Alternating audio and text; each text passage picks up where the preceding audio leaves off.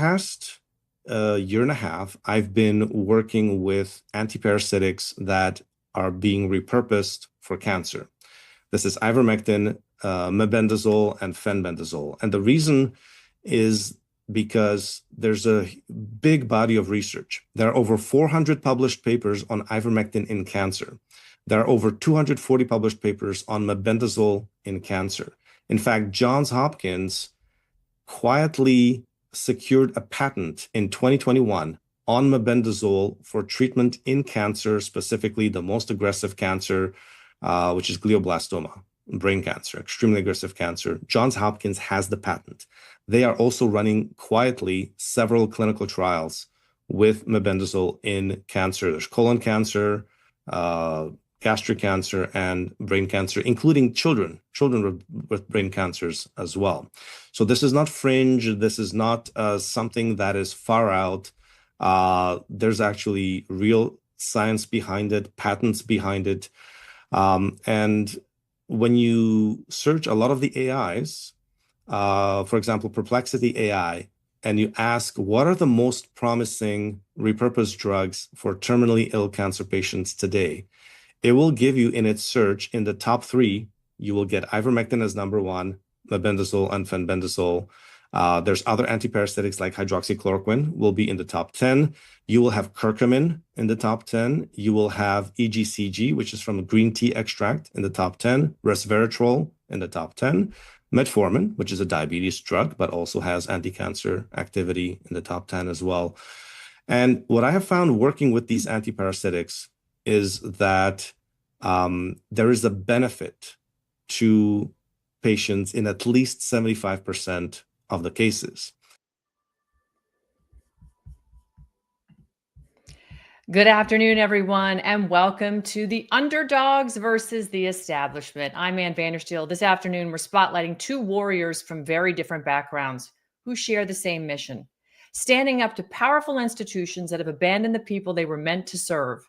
In our first segment, we're joined by Dr. William Makis, a Canadian physician defying the medical establishment with truth and evidence.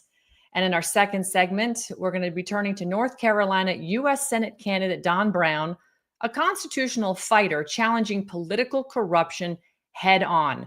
2 underdogs, 1 fight. For years, the public was told to, trust the science, but many of the voices behind that science were carefully curated, politically protected, and shielded from scrutiny. Meanwhile, the researchers and the physicians who dared to question the narrative were silenced, punished, or erased. Dr. William Makis refused to be one of them. He became one of the earliest, most courageous whistleblowers documenting vaccine injuries, myocarditis, sudden deaths, and the shocking rise of what we now know to be called turbo cancers. And on his Substack, where real medical stories replace propaganda, he published eye-opening testimonials of cancer patients experiencing rapid improvement after using repurposed treatments like ivermectin, fenbendazole, mebendazole, and CBD oil. These cases challenge the pharmaceutical orthodoxy, and Dr. Makis has paid a professional price for telling the truth. Joining me now is Dr. William Makis. Dr. Makis, it is a pleasure to have you here this afternoon. Thank you so much for being here. I know you do a lot of interviews and you put out an extraordinary amount of content, so we certainly want to be mindful of your time. Thank you for having me. Absolutely. So for the viewers who are new to your work, how did a Canadian nuclear medicine physician become one of the most important voices challenging the official COVID and vaccine narrative? It's been a long and fascinating story. I ran into corruption in the Canadian healthcare system before the COVID-19 pandemic. I was actually using cutting-edge cancer treatments, targeted radiation treatments before COVID-19. The Canadian government didn't like it. We were treating cancer patients with a very unique treatment that was developed in Europe that the FDA sat on for almost 20 years because they were afraid that it would take money away from the chemo industry. In fact, Scott Adams, who was recently diagnosed with stage 4 prostate cancer, and he had reached out to President Trump for help. Scott Adams is the famous creator of the Dilbert cartoon. He recently received targeted radiation therapy that I have developed about 10 years ago called Pluvicto. And I had been involved in cancer research, cutting edge cancer research for 10 years, was targeted by the Canadian government before the COVID-19 pandemic, was involved in a $13 million lawsuit over the sabotage of my cancer program when the pandemic hit. And so I was really outside the establishment at that point. There were attempts to bribe me. There were attempts to silence me, have me sign non-disclosure agreements, take $500,000 in cash, which I refused. The Canadian government had gone after my medical license. And so when the pandemic hit, I was effectively in a sort of a self-retirement, still fighting, corruption with the Canadian, government, fighting in courts. But I felt I could speak freely. And I really wasn't subjected to the propaganda that all Canadian doctors were subjected to. I wasn't subjected to COVID-19 vaccine mandates. I had looked at, the COVID vaccines. I looked at the technology, which was actually failed cancer technology. A lot of people don't realize that the so-called COVID vaccine, which is not really a vaccine, as we all know, was actually a couple of failed technologies that had failed in cancer patients. Lipid nanoparticles were tried in cancer patients. They tried loading them with chemo, and they didn't work because they went all over the body and they dumped chemo all over the place. So we knew that was a failed tech. mRNA, modified mRNA, had never been used in people, had never worked.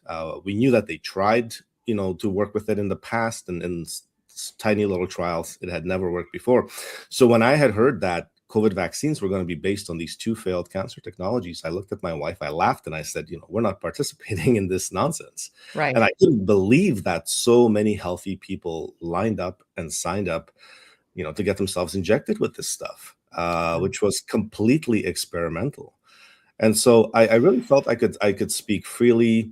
I had no obligations to the health authorities. I didn't have to participate in the propaganda. In fact, I noticed very early on in the pandemic that my colleagues, Canadian doctors who lined up and got themselves vaccinated because they would lose their job if they didn't get at least 2 shots by the end of 2021, they started dying. Yes. They started dying suddenly. A bunch of Canadian doctors died as soon as they took their booster shots. And then they started getting aggressive cancers. And I first documented very aggressive cancers in Canadian doctors in the summer of 2022. I notified the Canadian Medical Association. I wrote them several letters, and they called it disinformation, misinformation, Russian propaganda, and they buried it. And they deleted all deceased Canadian doctors from their website, and then they tried to silence me, make sure that no one would ever talk about it. Incredible story. You prompted something in my memory, which I think one of the first days President Trump was in the Oval Office, he had Larry Ellison standing there talking about cancer vaccines and using mRNA technology. What ran through your head when you heard that? I honestly laughed when I first saw that because I couldn't believe the hubris of these 3 tech bros that were, in President Trump's office. Now, you'll notice there were no health officials there. And at least if there were, doctors, oncologists, at least we could call them out and say, hey, listen, what you said is nonsense. The mRNA platform is a failed platform. It's a failed technology. It's a failed pharmaceutical. It doesn't work for COVID-19. It hasn't saved a single life in COVID. And now they're trying to use it for cancer. And I know why they're doing it is because it is extremely profitable. The projected cost of these personalized mRNA cancer vaccines is supposed to be about $500,000. And it's not even one injection, that could potentially protect you from cancer. It's a series. It's a dozen injections, and they inject you with Keytruda as well. Now, Keytruda is an established cancer treatment by Merck. And so this is actually a partnership between Moderna and Merck that they're doing, trying to put out this product, this mRNA cancer vaccine, which I looked at their trials. It doesn't work. They claim 10% survival benefit, 20% survival benefit. This stuff doesn't actually work. That's why they have to combine it with an established cancer drug like Keytruda to actually show some kind of benefit and attribute it to the mRNA vaccine. But it's all about money. And so when you have this mRNA vaccine that's going to cost $500,000 for each cancer patient, well, of course, Larry Ellison can then, go to President Trump and say, well, we're going to invest $500 billion and this is going to make billions of dollars and so on. And I know President Trump probably likes big numbers, and that's the only reason they got into the White House in the first place. Yeah. But it's absolute nonsense. It's a fraud. The mRNA vaccine platform is a fraud. I totally agree with you, and I speak to doctors about this all the time. I've spoken to so many people that have digested the research, have looked at the patents before they even supposedly were manufactured, but we know now that they were injecting our military with COVID-19 shots back as early as 2015, and the patents go back, as you probably know, to the Wellcome Trust and the Rothschilds and Bill and Melinda Gates early on, long before they discovered coronavirus, or the SARS-CoV-2, which was patented with a whole host of other disgusting things put in there. I'm already seeing some of the folks come in YouTube right here. This particular individual says, this is dumb. Delivering mRNA is a really effective method for gene expression. We already do it with siRNAs. Do you have a comment for siRNAs, Dr. Makis? No, actually, I'm not that familiar with siRNAs myself. When I looked into what the plans were with mRNA technology, I see the COVID-19 mRNA vaccines as a gateway to other gene therapies, other genetic modifications, and we already are seeing the next generation of mRNA vaccines that are being rolled out, have been rolled out in Japan already, and these are the self-amplifying vaccines. Yes, exactly. The SA. That could have been what they meant to write in the chat, by the way. So that's why I asked you, because I was familiar with the SA. But the problem with the self-amplifying mRNA vaccines is that they are just nightmare fuel. They are really the COVID mRNA vaccines on steroids.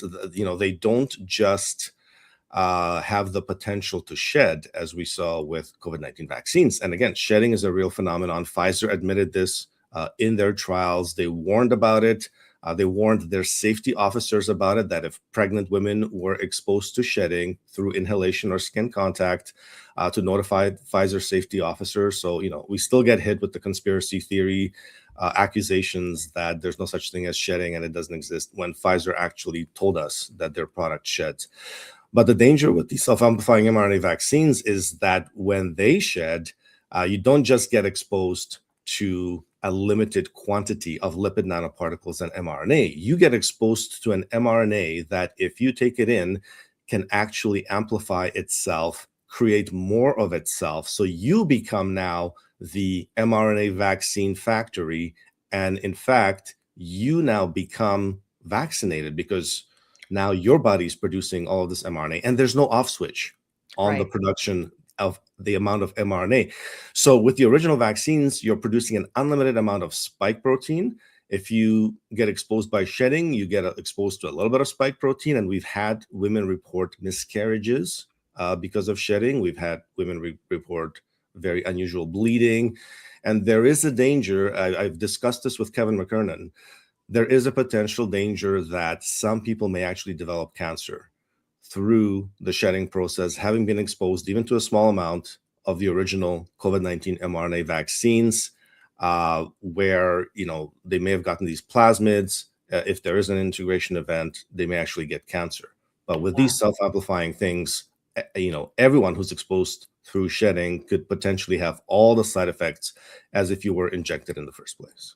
Yeah, and that is of grave concern. I travel a lot in those flying incubation tubes all over the country. So I've had the vaccine headaches, or I call them bioweapon headaches, because I refuse to call it a vaccine. To me, it's truly the bioweapon that was released on the planet in 5.5 billion arms that took the shot. Absolutely shocking what happened. So for me, I know when the moment that was my breaking point, when I realized the medical establishment was suppressing evidence rather than engaging in honest scientific inquiry. It happened on March 20th of 2020, when President Trump was doing a coronavirus press conference. And he talked about getting a letter from a New York doctor, a good friend of mine, and I'm sure you probably knew him too. He's the late Dr. Vladimir Zelenko, wrote a letter to the president. And President Trump read the letter aloud, talking about the efficacy and the prophylaxis and treatment of coronavirus with hydroxychloroquine and azithromycin. And President Trump said he had a very good feeling about hydroxychloroquine at the time, only to have Dr. Fauci practically bum rush him off the podium to talk about needing to do double-blinded placebo-controlled studies on this. When I then was myself getting over COVID that I had gotten from the CPAC earlier that year in February, I was lying in bed in March, just recovering from 10 days of an unreal bioweapon injection of the airborne. They injected it through the air conditioning system, I believe, according to Dr. Sasha Latapova. That's how they distribute it. I quickly searched and I saw that NIH had studied coronaviruses using hydroxychloroquine in early 2000s, and they knew it was efficacious in prevention and treatment of coronavirus. And so Fauci lied right there on the stand, and I realized, my God, they're covering up something very big, and it's got to be about money. And what else? What was your breaking point? Well, I can tell you the ivermectin and hydroxychloroquine were the original repurposed drugs. They were the biggest repurposed drugs during the COVID-19 pandemic. And when I talk about repurposed drugs, what I mean is drugs that were designed for one purpose, and then were discovered to have efficacy for a completely different purpose. And I use this now in cancer with these antiparasitics, ivermectin, fenbendazole, and mebendazole, that were discovered to have antiparasitic activity, and then scientists found out that they also have anti-cancer activity and are now using them for cancer. With the pandemic, we knew, certainly Fauci knew, but a lot of doctors and scientists knew that ivermectin and hydroxychloroquine worked for the SARS-CoV-2 virus. Certainly Fauci knew about it years before the pandemic even started. And so when President Trump came out and actually backed hydroxychloroquine, we saw, and I saw this with my own eyes, we saw a rush by the medical establishment, by the scientific paper establishment, by the media, a rush to demonize ivermectin and hydroxychloroquine, but demonize them in such a way that we've never seen before. We saw scientific papers like Nature and New England Journal of Medicine put their reputations on the line and put out fraudulent papers where these repurposed drugs were attacked. They were called damaging and dangerous. Now, these are repurposed drugs that have been used safely for decades. Hydroxychloroquine has been used safely for 7 decades. There were never any issues with hydroxychloroquine. And suddenly we have papers saying that, oh, these are dangerous. These are causing heart attacks. These are causing deaths. And a lot of these papers ended up being retracted. I mean, there's a scandal called LancetGate, where a paper claiming that hydroxychloroquine was killing people was pushed through and then retracted a week later because the authors would refuse to provide the data, to substantiate their allegations. And yet that fraudulent paper, initially published in LancetGate and New England Journal of Medicine, was used as a justification to shut down hydroxychloroquine trials for SARS-CoV-2 all over the world. So patients lost access to hydroxychloroquine as a potential treatment. And when I saw the attacks on ivermectin, hydroxychloroquine, and I knew it wasn't just because President Trump was onto something, or that because he's the one who put it out publicly, I knew there was something really, really rotten.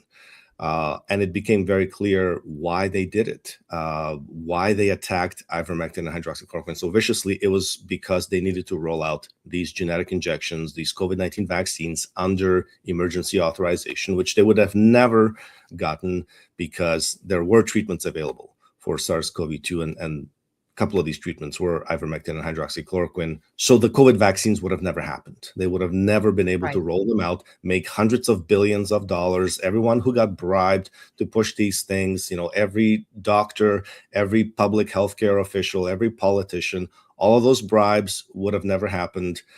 That was the reason why they suppressed it so much. That was the reason why there was that tweet from the FDA, "You're not a horse, you're not a cow, don't take ivermectin," which was unbelievable in terms of corruption.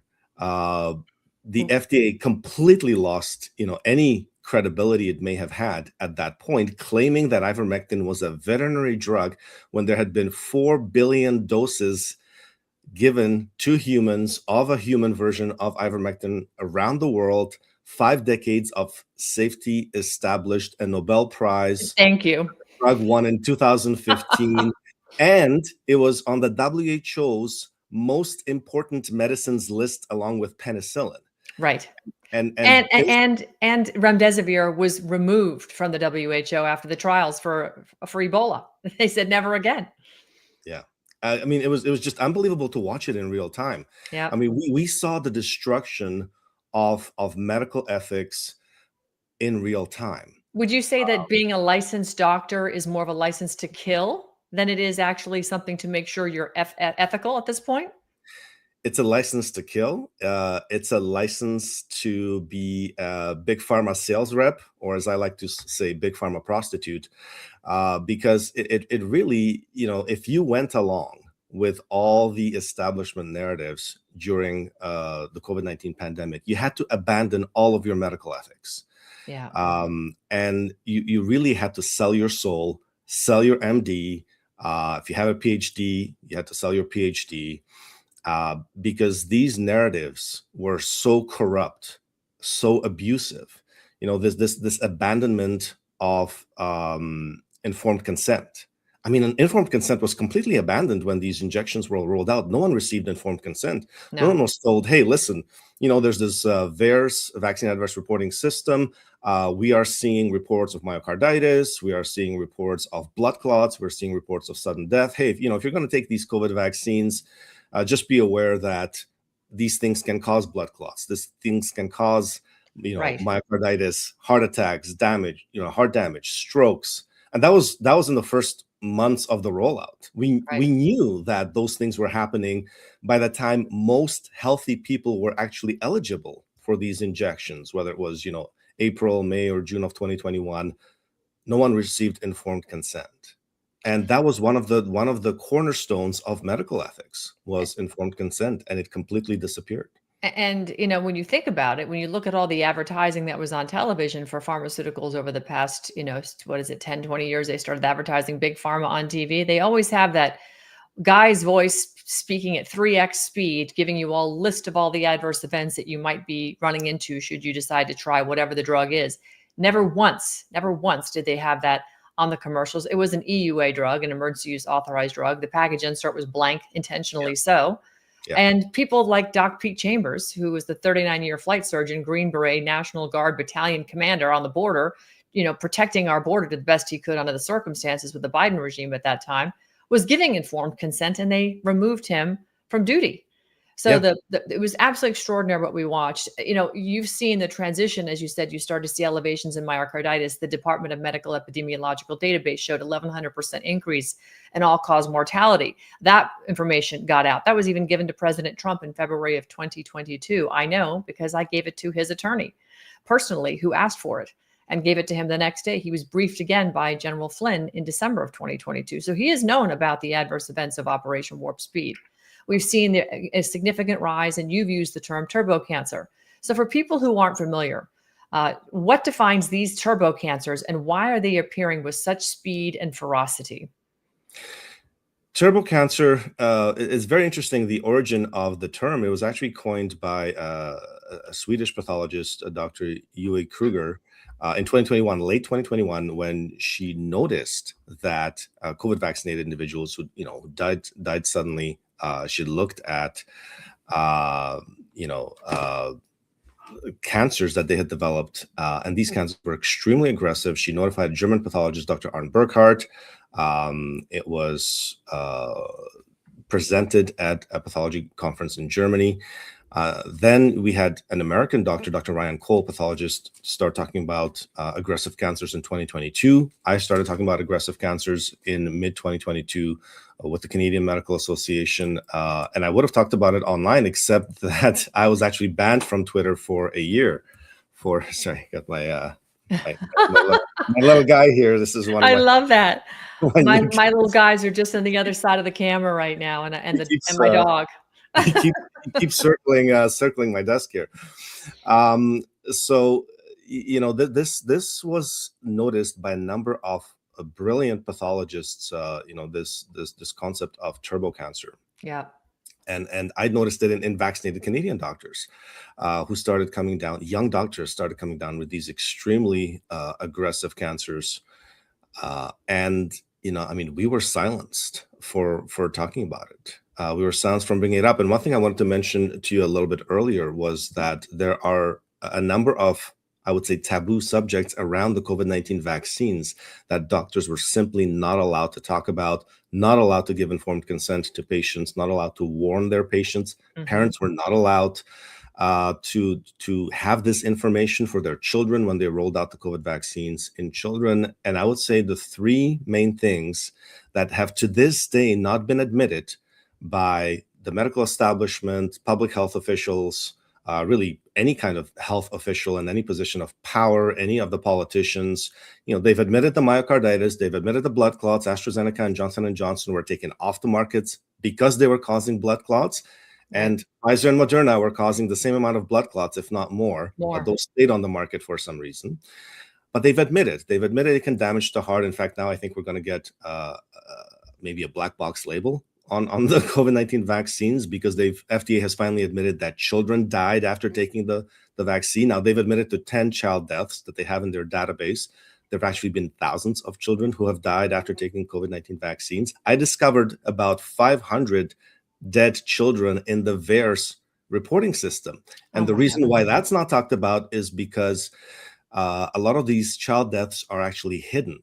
They scrubbed and altered the VAERS reports in such a way that you cannot, when you search by age, the age field is left blank. Right. So you get the child's age only in the description. You don't get it in the age column. So when you search, they don't come up. You have to do very specific searches to get these dead children to even come up in the VAERS system. And so, doctors were instructed by the medical boards in the United States and in Canada that they were not allowed to tell people about the risks of the vaccines because they would be causing vaccine hesitancy. Right. And that was the official, these were official memos that went out to every single doctor in the United States, in Canada, in UK, Australia, that doctors were not allowed to warn their patients about the risks and dangers of this, which again is informed consent is the cornerstone of medical ethics in the Western world. And that was completely eliminated. And so with the aggressive cancers, which like I said, some of the doctors, some of the pathologists, myself and others have started to see. Professor Angus Daglish in the UK started seeing it in his patient. Famous oncologist, senior oncologist, saw his cancer patients in remission, take a booster shot. Suddenly their cancer comes roaring back, and it's a stage 4 out of control cancer. I've been talking about it since 2022, this concept of turbo cancer, and it's not allowed. This is one of the taboo injuries of the vaccine that you're not allowed to talk about. You're not allowed to talk about the turbo cancers. You're not allowed to talk about miscarriages. And of course, you're not allowed to talk about sudden deaths and, these vaccines causing the excess mortality that we're seeing in all the highly vaccinated countries. Yeah, it's been such a travesty against humanity, and it's such a social experiment at the degree of which people will leverage their licensed, title to basically commit genocide. It's just horrific. And we point the fingers at countries around the world that are genociding other populations or other countries, yet we don't look at who we are and what we're doing and what we are willing to sacrifice for the almighty dollar and give ourselves a pat on the back and call it that we're saving humanity. It's just disgusting. The brainwashing. And there are still doctors who are pushing these vaccines, pretending that they're still safe and effective. Yeah. You still have doctors like Peter Hotez going on, TV shows and talking about how, safe and effective these things are and how terrible it is, what, RFK Jr. is doing, and that, when he cut the funding for new mRNA vaccines, how terrible that is. And these people still get on TV and are still pushing these products. We haven't had a single prosecution, which to me is absolutely incredible that we haven't had anyone prosecuted for pushing a experimental, toxic, cancer-causing pharmaceutical product that has killed thousands and thousands of people, has killed thousands of pregnant women, has killed thousands of children. We finally have FDA admitting that they've killed, 10 children. How many children have to die for these things to finally be taken off the market? Yeah, perhaps they And should go there's back to the doctors metric they used so for the swine flu, right? When they pulled that vaccine. So yeah. just on a personal level, I was diagnosed with basal cell skin cancer right on the end of my nose. It was plaguing me for several years. I said, I'm going to put ivermectin horse paste on it, the clear gel. I used castor oil as as a delivery system to expedite, because I put castor oil on my skin every night as well. And in 3 months, it was gone, and it plagued me for 2 years. It was so bad; it would ulcerate, bleed, grow, change, all this stuff. It's gone, completely gone. There's not a scar left. And I had learned about it from you. I said, "What have I got to lose? They're going to disfigure my face, so I might as well at least give this a shot." It's gone. I can tell you, I have so many skin cancer patients, and skin cancer can be really a plague, because when these things can keep coming back, right? Every 2-3 months, I have patients with basal cell carcinoma that keeps coming back. And what do they get offered by mainstream oncology? Oh, we'll cut it out. Oh, we'll cut it out again, and we'll cut it out again. It's like that's the only answer they have. That's right? It. Is to keep cutting it out. Well, you can't keep doing that every 3 months.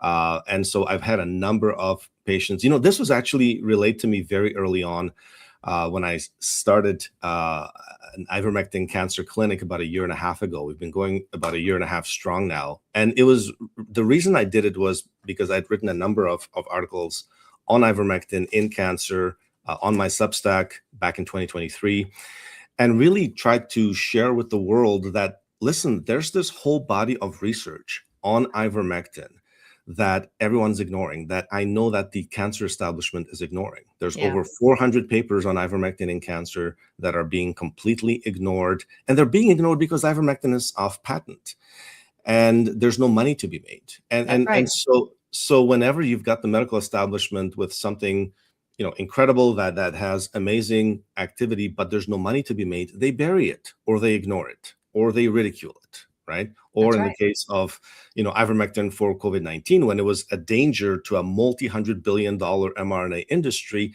they do everything to try to discredit and bury it. That's exactly right. And so when I actually dug through this research, and I went and I read every single paper, every single one of these 400 papers on ivermectin in cancer, I read them. I started sharing them on my Substack, sharing this research, and we came across the idea that topical ivermectin, was actually had effectiveness in skin cancers, and not just basal skin cancer, but squamous cell carcinomas and melanomas as well. And so people who were very proactive with their health, they started using it, trying it, and within a couple of months, I had patients telling me that their skin cancers would just start shrinking, and after a few weeks, maybe a month or two, would just fall off and would be gone. And they'd go to their dermatologist, and their dermatologist would check them out, and they'd get biopsies, and the cancer was gone. And it's such a simple solution. It is such a simple solution. Like you mentioned, ivermectin paste that you can get anywhere. Mix it with a little bit of Tractor Supply, Amazon, just saying. Exactly. Amazon, Tractor Supply. $8-10 a tube. Exactly. And you mixed it with a little bit of castor oil, which is actually brilliant. I'm doing this with a lot of cancer patients right now for any topical application of tumors. We're doing it with breast tumors. We're doing it with lymphomas, tumors that you can feel just under the skin. They're shrinking. What the castor oil does is the castor oil will actually bring the ivermectin deeper under the skin. Castor oil itself has very interesting properties in that it can break up tumors. And so, you combine the two, and you can treat any skin cancer. It's amazing, and it's something that every family doctor should know. Every family doctor should be using in their practice, right? I agree. No need to disfigure people. But we have this stigma with ivermectin, and the reason is because the FDA, the CDC, and all these health agencies conspired to smear ivermectin and try to bury it so that they could roll out this multi-$100 billion profitable mRNA vaccine technology, these contaminated toxic vaccines that don't work. And they're not about to abandon that cash cow, and they want to keep going. That's why Larry Ellison's in the White House, pushing these products on cancer patients. That's right. Well, your Substack is fantastic. I actually have one of the articles up, and I'll pull back here in a minute to the main page. But you published remarkable testimonials involving ivermectin, mebendazole, fenbendazole, and CBD oil. This is one of your most recent publications. What compelled you to document these stories, knowing that the medical system was going to respond in such a virulent fashion, where they were going to come after you? Not only you, but look at how many cancer doctors have, quotes, passed away suddenly. They've been unalived. And it's not just one or two, it's an alarming amount of doctors. Are you finding safety in numbers now, or do you still feel like this is really sort of a hallowed ground you're tiptoeing through carefully because you're blasting it out there? Yeah, when I started writing about antiparasitics being effective in cancer in 2023, and early 2024, I had cancer patients coming to me telling me, we've tried these things, and they didn't know the dosing. And this was one of the things I realized very early on, is that people wanted guidance, they wanted help, they wanted an idea of how to use these things, how to use these repurposed drugs like ivermectin for cancer. It's not the same dose as you use for COVID-19, for example. When you have a respiratory infection and you want to use ivermectin, you use maybe 12 milligrams, maybe 24 milligrams. Well, in cancer, you have to use 60 milligrams or 72 milligrams or 100 milligrams. The doses are about 5 to 10 times higher in cancer to get the effectiveness. But patients were coming to me and they were telling me incredible stories of their tumors shrinking. These were often stage 4 cancer patients. I had one patient come to me and tell me that her oncologist told her she shouldn't be alive because she had a devastating cholangiocarcinoma. This was a cancer of the bile duct. She should have been dead, within a couple of months. She told her patient, "You'll be dead within a couple of months. You're not going to make it this summer." And the patient comes to me the following year and says, "I shouldn't be alive, but thanks to you, I started taking ivermectin. I started taking fenbendazole because of your Substack articles." And so last summer, I decided to start coaching these patients. Health coaching in Canada is not regulated by any of the medical boards.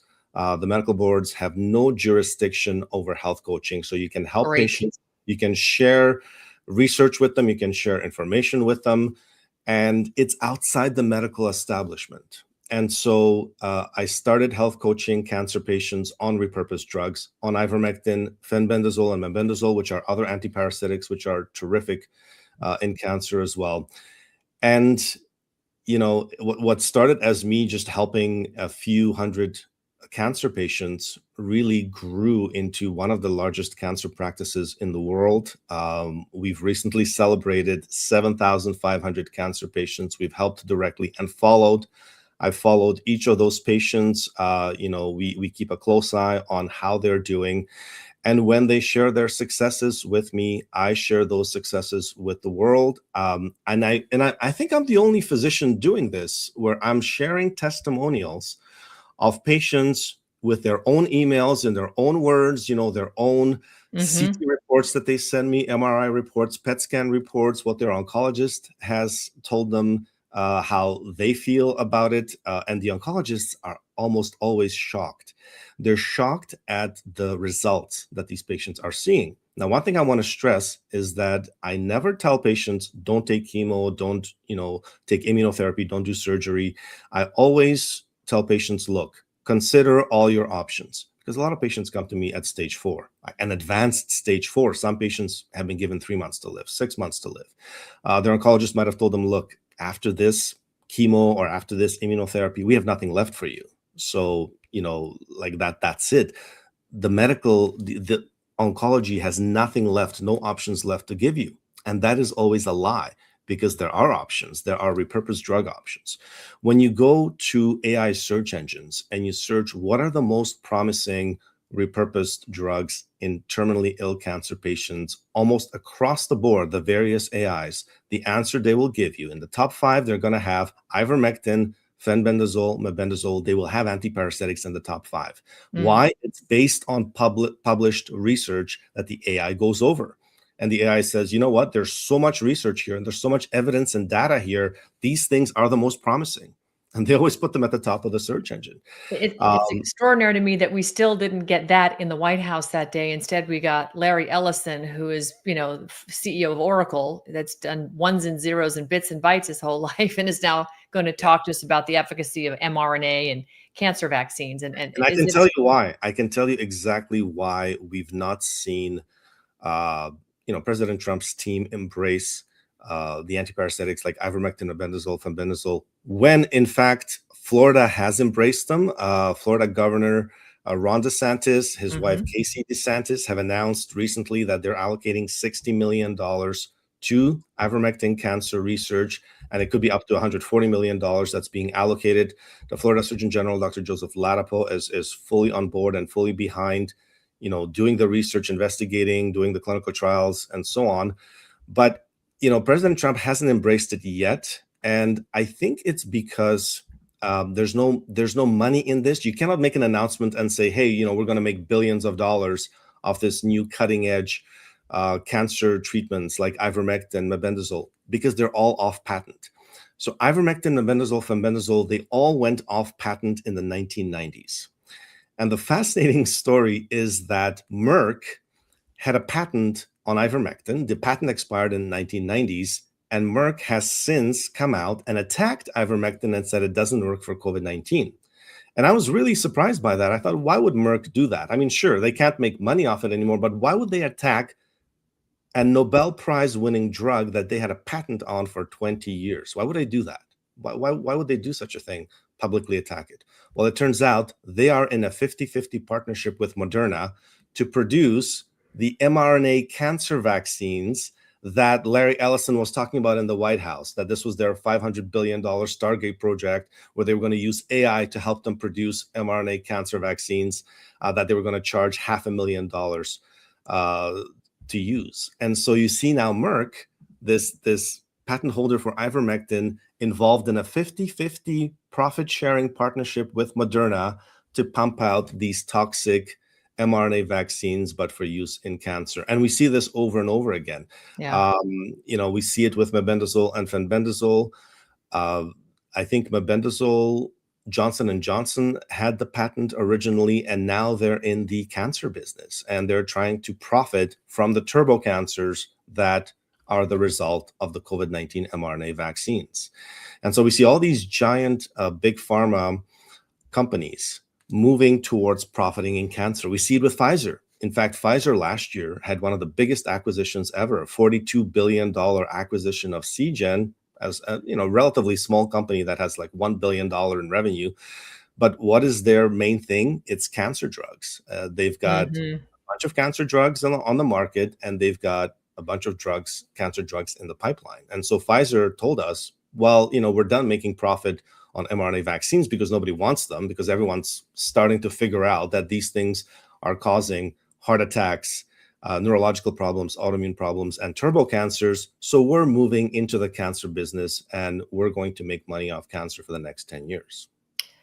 This is we started with the climate crisis, 30, 40 years ago, right? The inconvenient truth. And then recently, Bill Gates, whose foundation was on the very first SARS-CoV-2 patent, was talking about just recently, climate's over, we're good. Now it's AI. And we see AI revolution everywhere. In fact, I'm going to bring it up in my next interview because I'll be interviewing somebody running for Senate in North Carolina, U.S. Senator for North Carolina, Don Brown. And I want to address this with him. But to me, it seems like we're forever chasing the next big thing that we can throw trillions of dollars at, which really become a factory to launder money for your special interest groups like Big Pharma that, facilitate the people that we see around us in our government. And of course, cancer is a very big business. And then, of course, RNA is proving to be very profitable with the numbers that you're talking about. There's a lot of parallels here between what I see happening in medicine and the broader trend of government overreach, where dissent becomes criminalized and the truth becomes dangerous. Are you seeing these same parallels, Dr. Makis? Oh, absolutely. And honestly, there are, a couple of dozen doctors who've really stood up to this, stood up to protect medical ethics, to stand up for the Hippocratic Oath, and really to try to bring back some of these medical ethics that were lost. The patient-doctor relationship that was completely destroyed, bodily autonomy, informed consent. I mean, these are pillars of medical ethics that very few doctors are standing up for. Dr. Mary Talley Bowden of Texas, for example, stood up for them. She treated thousands of COVID patients successfully, and she's been crucified by the Texas Medical Board, who are still pursuing her, persecuting her, giving her reprimands. She's still fighting in court, and she's one of the heroes of the pandemic. And you've got a handful of doctors like this. You've got a couple of dozen doctors. Dr. Robert Malone, who's now on the ACIP committee, he's fighting very hard. You've got Dr. Peter McCullough, Dr. Pierre Corey, Dr. Ryan Cole, but we've all been crucified for standing up for what's right. We've lost jobs, we've lost hospital privileges, we've lost medical licenses in many cases. My medical license is still being held hostage. My financial accounts are being frozen and raided. When I started my cancer clinic, and I announced last summer that I'm going to start a cancer health coaching clinic, again, which no one had authority over and no one had jurisdiction over legally, and they knew it. So the medical board sent the police to my house, to my home, within 4 days of me starting to help cancer patients. They sent 2 officers in full tactical gear to my home on a Sunday afternoon to harass me, harass my wife, and harass my small children, just as a show of force. Yeah. And the police officers told me, yes, we were sent by the medical board, and you had made some speeches that we didn't like, or that the medical board didn't like, and they were really there just to harass me, and they were embarrassed to be there. But that was a sign. That was like, oh yeah, you want to stand up to the medical establishment? That's right. You're going to pay a price. And I've paid a heavy price. I've had my financial accounts frozen. They went after my Stripe account. They stole about $200,000 from there. Then they went after my GiftSendGo, tried to steal about $200,000 from there, so that I couldn't legally defend myself against their attacks. And they went to court. Now this is an incredible story. So this summer, the Alberta Medical Board went to court and claimed that me helping cancer patients and giving them information and research about ivermectin, fenbendazole, mebendazole, and repurposed drugs, that was dangerous. They showed up to court, and they showed up with no documents. They didn't have a single document or a single complaint from a patient, a single shred of evidence of harm. Now, ivermectin is one of the safest drugs that we have in medicine. I mean, it is probably 100 times safer than aspirin or Tylenol that you get over the counter. And yet the medical board showed up to court, said what Makis is doing is dangerous, and the court must stop him. The court must order him that he's not allowed to help anyone, not allowed to help cancer patients. And so they show up with no documents, and they show up with a pre-written court decision for the judge to sign before the court hearing even started. I mean, talk about rigging a court hearing. I mean, we've never seen, this is just blatant corruption, right? Yeah. I had told people about the court date, so the courtroom was packed with people from the public, and the judge was so embarrassed that he was caught red-handed in this attempt to rig a court hearing to effectively criminalize ivermectin here in Alberta, Canada, so that he actually had to start crossing out the pre-written court order that was given to him by the medical board, so that it wouldn't look like they all rigged the court hearing together. So we caught them committing fraud. Now we're taking it to Alberta's Supreme Court to get it thrown out. Unfortunately, it's a long process that takes time. They're dragging their feet. They're not agreeing to court dates and court decisions. But in one of the court decisions that they got the judge to order me to remove Dr. MD and my credentials from all my social media accounts. That's why I had to change my Twitter handle from at Makis MD to at Makis Medicine. I had to remove MD doctor and all these titles because that's how they're trying to shut me down. That's how they're trying to stop me from helping cancer patients. And they couldn't conclude that ivermectin was dangerous in any way, or that it could hurt anyone or has harmed anyone. So the judge concluded that he was doing this because ivermectin might harm someone in the future. Well, this is, yes, you can make up anything like that and try to pretend that it might harm someone in the future. And you have absolutely nothing to back that up. No. Within a few weeks of that fiasco, that absolute scandal that really should have brought down the Alberta government entirely, the head of Alberta's medical board resigned, and he quietly resigned into retirement, and the whole thing has been under a media blackout, right? And so, but these are the lengths that they're willing to go to, that the politicians are willing to go to, that health authorities are willing to go to stop people who are helping cancer patients. This was an attack on cancer patients, and to try to say that ivermectin is dangerous. And they put out, big press releases on the Alberta Medical Board website warning people, this is dangerous, don't do this, don't listen to Dr. Makis. And it's really to try to stop cancer patients from getting help, from getting access to something that could help them. We have teams at the border, at the Canadian border, the Canadian Border Service agents, who have been given instructions to rip open any package that they might suspect has ivermectin in it. So a lot of Canadians will order ivermectin through IndiaMart, and they will get the generics from India.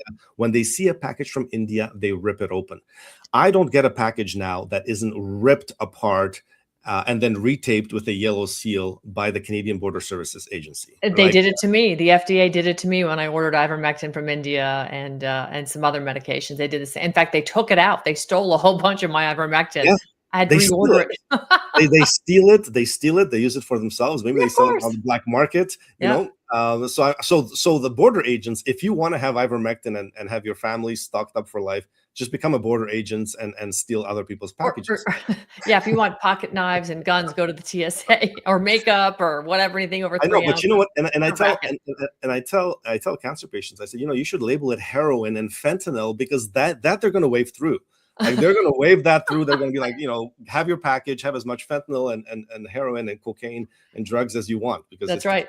It's the Canadian government. Like, the Canadian government supports. You're 100% right about that. I think that's hysterical. I want to come back to Florida, though. I live in Florida, and so we're very excited down here. In fact, Dr. Betsy Eads, who's a friend of mine, she's in the chat right now, but her stuff's coming up on the screen. She's a huge fan. She's in your Substack. She's welcoming you to Florida. She's completely agreeing with everything that you're talking about. But I want to talk about coming soon to Florida, as you mentioned in your 7,500 cancer patient, exciting post in Substack. Talk to us about Florida. What are your plans here? Other than, I know that Governor DeSantis is getting behind this, and they're going to put a lot of money behind this. What is your role going to be, or is there one going to be?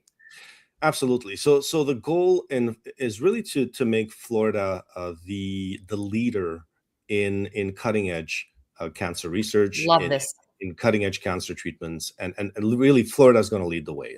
To me, there's no question about it. The support is there. Governor DeSantis, fully supportive of this, wants there to be enough funding for research for ivermectin, mebendazole, all of these repurposed drugs. And I want to mention that there is a patent on mebendazole, but that Johns Hopkins has since 2021. They quietly got the patent approval for use in cancer, for use in very aggressive brain cancers. They're running a couple of small clinical trials now. They are underdosing. They are underdosing the mebendazole in their clinical trials. Right. So my concern is that they're actually running those clinical trials to say, oh, look, it doesn't work. Of course. And don't use it, which is what they did with ivermectin for SARS-CoV-2, which is what they did for hydroxychloroquine, is they design clinical trials that are designed to fail, so that they can come out and say, oh, look, it doesn't work, or, they underdose it, they overdose it, and then they can come out and suppress the drugs.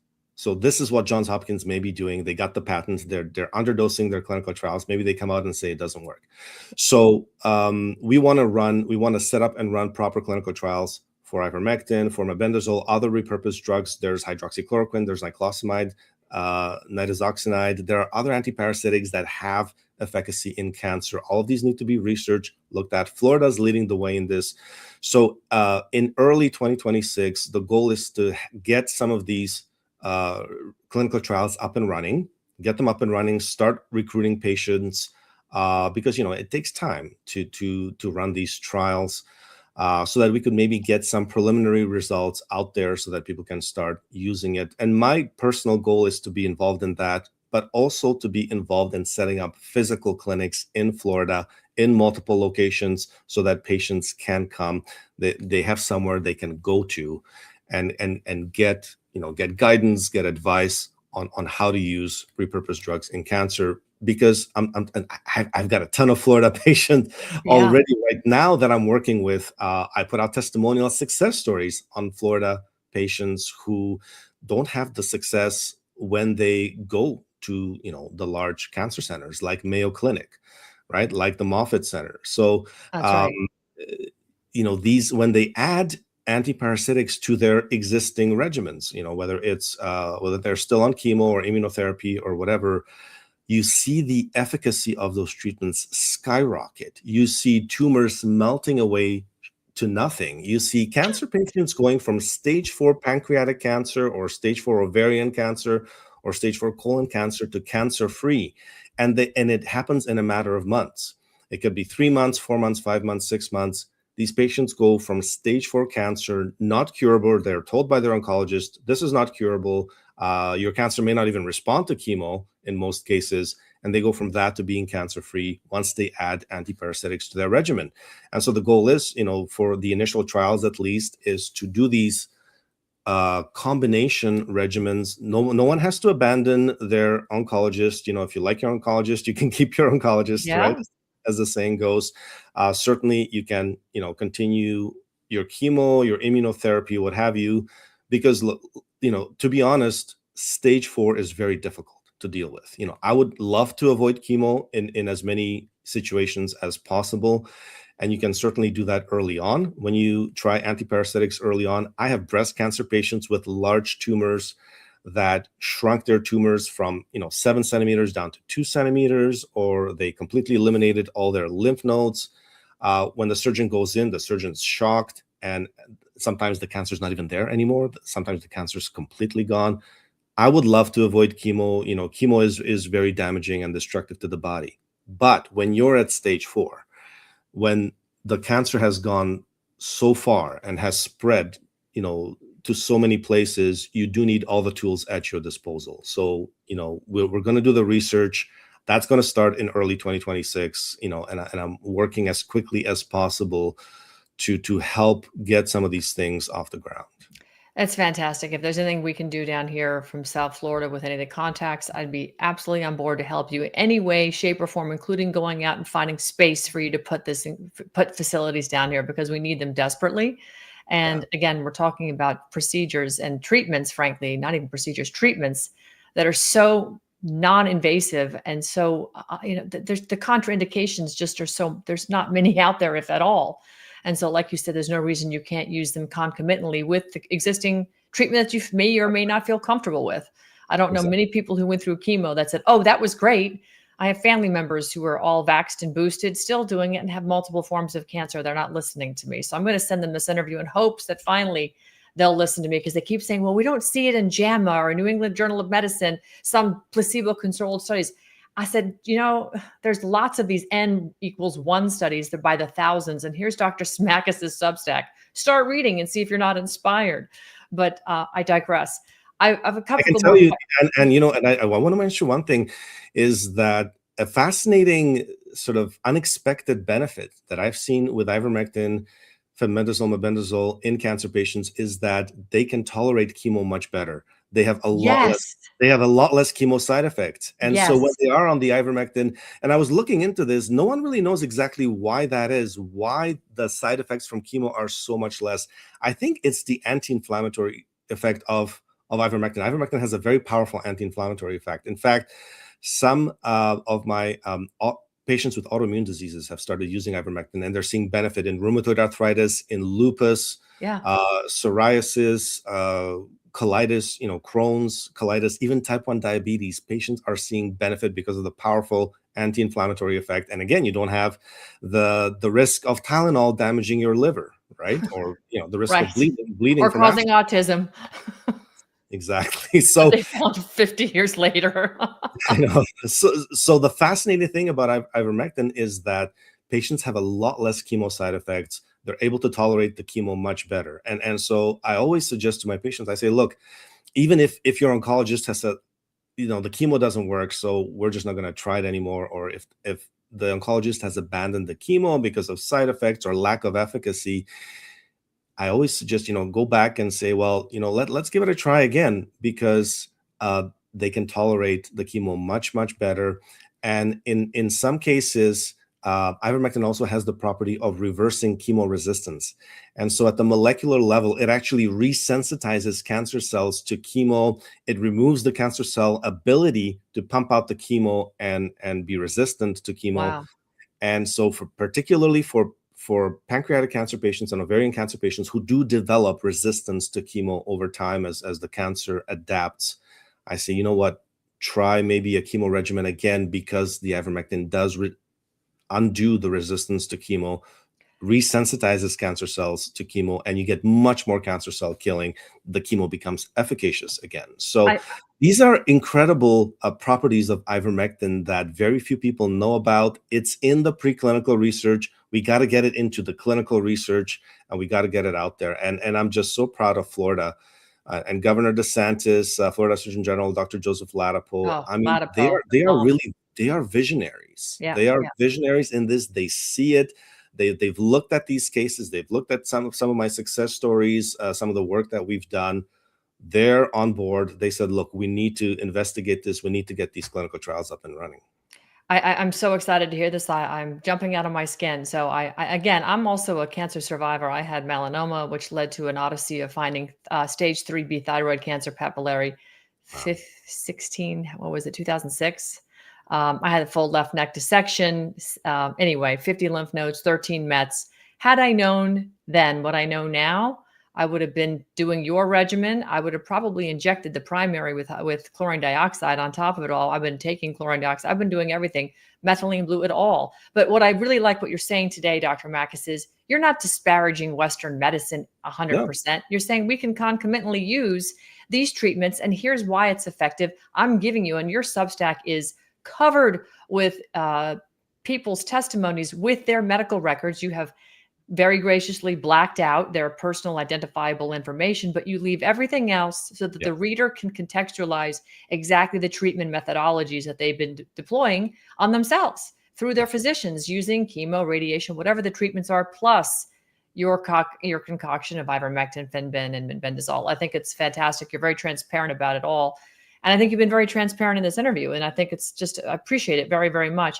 If you were going to design, or shall I say, this is the last question for you, but if you could redesign the medical system from the ground up, what safeguards would you ensure scientific integrity and protect physicians who actually speak truth? That's actually a very tough one, because the medical system has gone so far off the rails. I agree. That I think we're at a point where I don't know if it's repairable. I don't know if it's salvageable without tearing the whole system down and in a way starting from scratch, or just building a parallel system and get that going, and really let maybe the original system collapse on its own, because it is collapsing. The medical system as it is right now is collapsing. The trust in doctors is gone. We see, what is it? 99% of doctors took these COVID injections. They're suffering heart attacks, strokes. They're coming down with aggressive cancers. I see doctors who are closing their practice and retiring at 45, at 50, because they are disabled from the COVID-19 vaccines that they rushed to take and that they pushed on absolutely everyone else. We have problems with medical schools. Medical schools are pumping their students full of this leftist crap, with I haven't even, gone into the whole, mutilation of children. There's so many problems, and we've lost all medical ethics from the medical system. The patient-doctor relationship has been destroyed. Now everyone is jumping into the patient-doctor relationship. The medical boards are telling doctors what they can or can't tell their patients, share with their patients, what they can or can't treat their patients with. Now, these are bureaucrats who are telling doctors, you can't use ivermectin, you can't use hydroxychloroquine, and we're not going to allow you to. And if you do, we're going to punish you. We're going to take away your license. We see health authorities stripping doctors, of their health privileges. This whole system has to be torn down. Now there are efforts underway, and again, Florida may be, maybe one of the places where this comes up, where there will be, I believe, a parallel medical licensing system created, maybe with collaboration of multiple states, to really bring back, just bring back basic medical ethics, bring back the Hippocratic Oath to do no harm, and to give protection to doctors to really practice medicine as they were meant to, Yes. and to practice it ethically without interference from bureaucrats, from corrupt public health officials, and from government officials. And so I think this is one of the ways we're going to see a parallel licensing system set up, get up and running, and I think Florida is going to be involved in that. And I think we're going to see a lot of doctors leaving the mainstream medical establishment. I already have a lot of doctors contacting me, telling me they want to work with me, they want to work with repurposed drugs. In some of these states that are, friendly to this, we see ivermectin becoming available over the counter in a number of states. Now, I think most recently in Texas, but Tennessee and Idaho, and I think it's at least 5 or 6 states. So there is this movement. Florida, we need Florida. Florida, it's coming. It's coming. So it's going to be a slow process, unfortunately, and I think because of the power of the pharmaceutical industry, and President Trump has come out. One of the most shocking things I've heard President Trump say really in the past few years is when he came out, I think this was in the Oval Office, and it was one of these offhand comments. He sort of talks, freehand, and this sort of like unscripted. Just unscripted. And he said, yeah, the pharmaceutical industry is more powerful than the Senate, than the Congress, and than the Supreme Court. And Susie Wiles can basically take a country out with a phone call. So there you go. No, and my jaw was on the floor. Sure. I thought, wow, like you're actually admitting that the pharmaceutical industry is more powerful than every branch of government of the United States. Like that is a shocking admission for the president of the United States, the most powerful person in the world, to say, well, actually, these guys are much more powerful. Yeah. I couldn't believe it, but it's true. And I think so that's why, the medical establishment is going to keep going. They're not going to give up that power. And they're going to keep trying to push new mRNA vaccines on us and mRNA cancer vaccines. And they're going to be rolling these things out. Hopefully no one's going to be taking them. And so if I give any advice to anyone today at this interview, is don't take any mRNA vaccines. And I really would say any vaccine at all at this point. I'm certainly not going to take any vaccine at this point. My trust is gone. And I really now have to question everything else I've taken in my life and in my medical career. I took the H1N1 vaccine, the swine flu vaccine 10 years ago. Yeah. I took a whole slew of vaccines in my medical career when I was a medical student, medical resident, and so on, which I now, regret, but we didn't know. I mean, we were all lied to. We trusted the guys in the white coats and stethoscopes, And they trusted their education, the Rockefeller education, which we now know is really behind all this. The Flexen report spells it out. If you were using anything but petroleum-based pharmaceuticals from the Rockefellers, you were labeled a nut job, a kook, a quack. So I think we need to get back to homeopathy. And frankly, when you look at the 1800s medical books, it talks about cancer as parasitic in nature. It lays it all out, what we're now realizing why antiparasitics are so effective in fighting cancer. It's just absolutely tremendous. I mean, I could go on for hours with you, Dr. Makis, and I know you're very busy. You've been incredibly gracious to spend this much time with me. I hope you'll come back. And I'm very serious. If I can be of any benefit or service to helping you facilitate anything here in Florida, I'm all in, because we have got to get this. And I want Florida to be that breakaway state that shows the rest of the country how it can be done. We're going to take our 10th Amendment. We're going to wrap ourselves up in our 10th Amendment, and we're going to defend ourselves from this bureaucracy, this tyranny of corporatocracy and fascism really coming out of our federal government. That really would like to genocide us with what I call a bioweapon. You're graciously calling it, just a non-vaccine.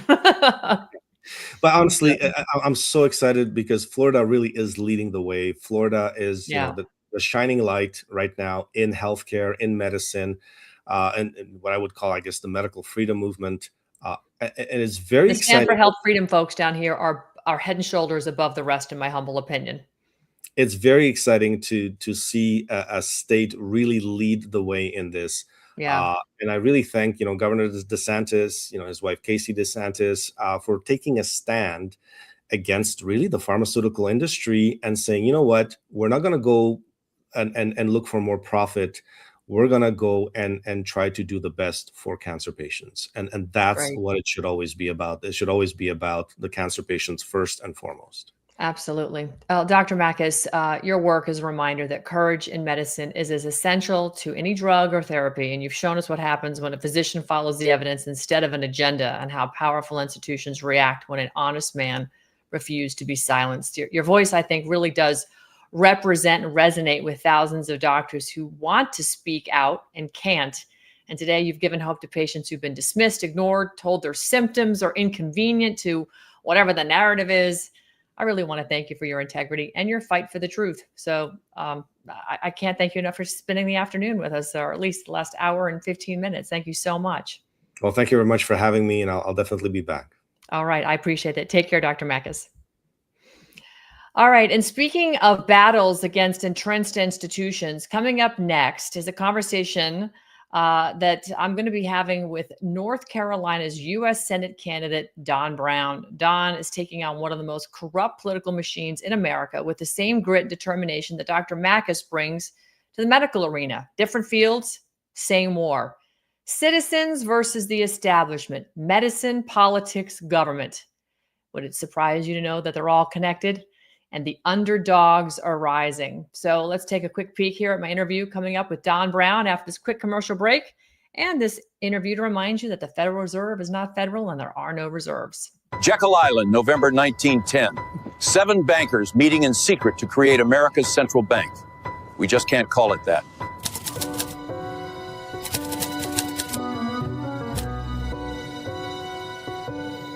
The 1907 panic nearly destroyed us. Banks failed, fortunes vanished. We want to control America's money supply, create booms, trigger busts, and profit from both. And how will we do that? We'll create money from nothing, loan it to the government, and charge interest.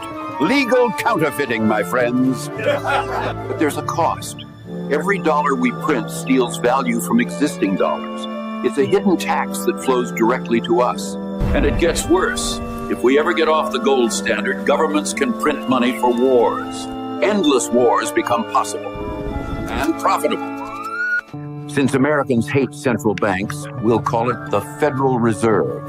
Sounds governmental, doesn't it? It's not. The president will appoint board members, But we'll pick who he appoints.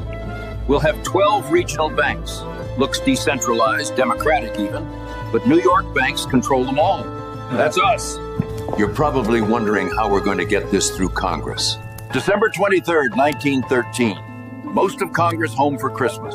Perfect timing for passing unpopular legislation. I'll publicly oppose our own bill in Congress. They'll pass it thinking they beat Wall Street. We'll fund university chairs, write the textbooks. They'll teach our system as economic science. Beautiful. Every American born after this will inherit debt on money we created from nothing. Generational servitude. The Federal Reserve. Not federal, no reserves. But everyone will think it's their government protecting them. Good afternoon.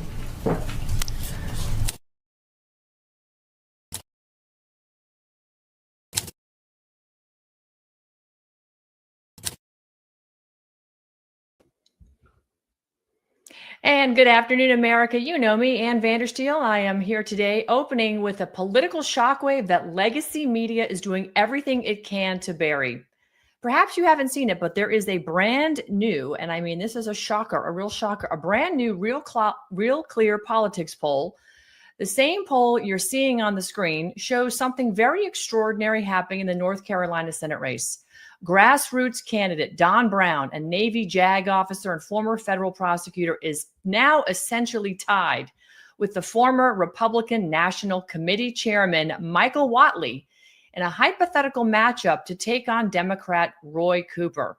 Hypothetical? Is it really? It sounds like this is getting really heated.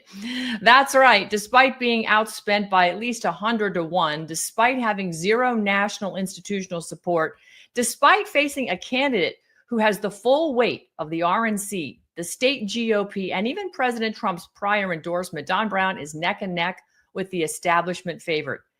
Establishment. You know how I feel about that word. Now ask yourself, how is this even possible? This is what we now know to be, and it should be happening everywhere, in fact, as a grassroots uprising. North Carolinians are sending a message loud and clear that they will not be told who their nominees should be. They're rejecting political coronations. They're choosing a Marine-minded fighter who actually speaks to their lived experience, from failures after Hurricane Helene to the abuses of FEMA, to the danger of unregulated rare earth mineral extraction, to DCF violations that are ripping children from families without due process. And in just 70 days, the early voting starts. Today, we're going to bring the conversation that the political class doesn't want you to hear. Joining us now is Don Brown, a Navy JAG officer, a veteran advocate, former federal prosecutor, and the grassroots candidate shaking the North Carolina GOP establishment to its core. Don, it is great to have you here on Steel News. Thank you so much for joining me today. We have got a lot of ground to cover, and frankly, you are the explosion on the political scene that they don't want to recognize. Well, thank you, Ann. No, they don't want to recognize me, but they don't. More significantly, they don't want to recognize our supporters. That is, conservative patriots, America First grassroots, who are sick and tired of having establishment apparatus trying to ram candidates down our throats. You know, in 2016, they tried to ram Jeb Bush down our throats. You saw how that went. Right. Democrats tried to ram Kamala down the Democrat Party's throat. Now they're trying to ram Whatley down the Republicans' throats in North Carolina. The guy's not popular. There are some people who nod their head and support him only because Trump said so. But you got to have more than that in order to win a race like this. So the poll that you mentioned is extraordinary. We can go into that a little bit more detail, but I'm just grateful for you and for the opportunity to be here and speak for a few minutes this morning. Oh, certainly. So we're gonna take this to the limit here, because voters are seeing something that the establishment isn't seeing in their chosen candidate. This is somewhat of a rhetorical question, but there's enough media out there. There's even enough, should we say, non-establishment media, podcasters, and so forth. Why is it that you think the media is trying to bury this story? Because this truly is a political earthquake, yet barely a whisper on the mainstream coverage. Really not unexpected. But is it podcasters aren't getting the message to what's happening in North Carolina?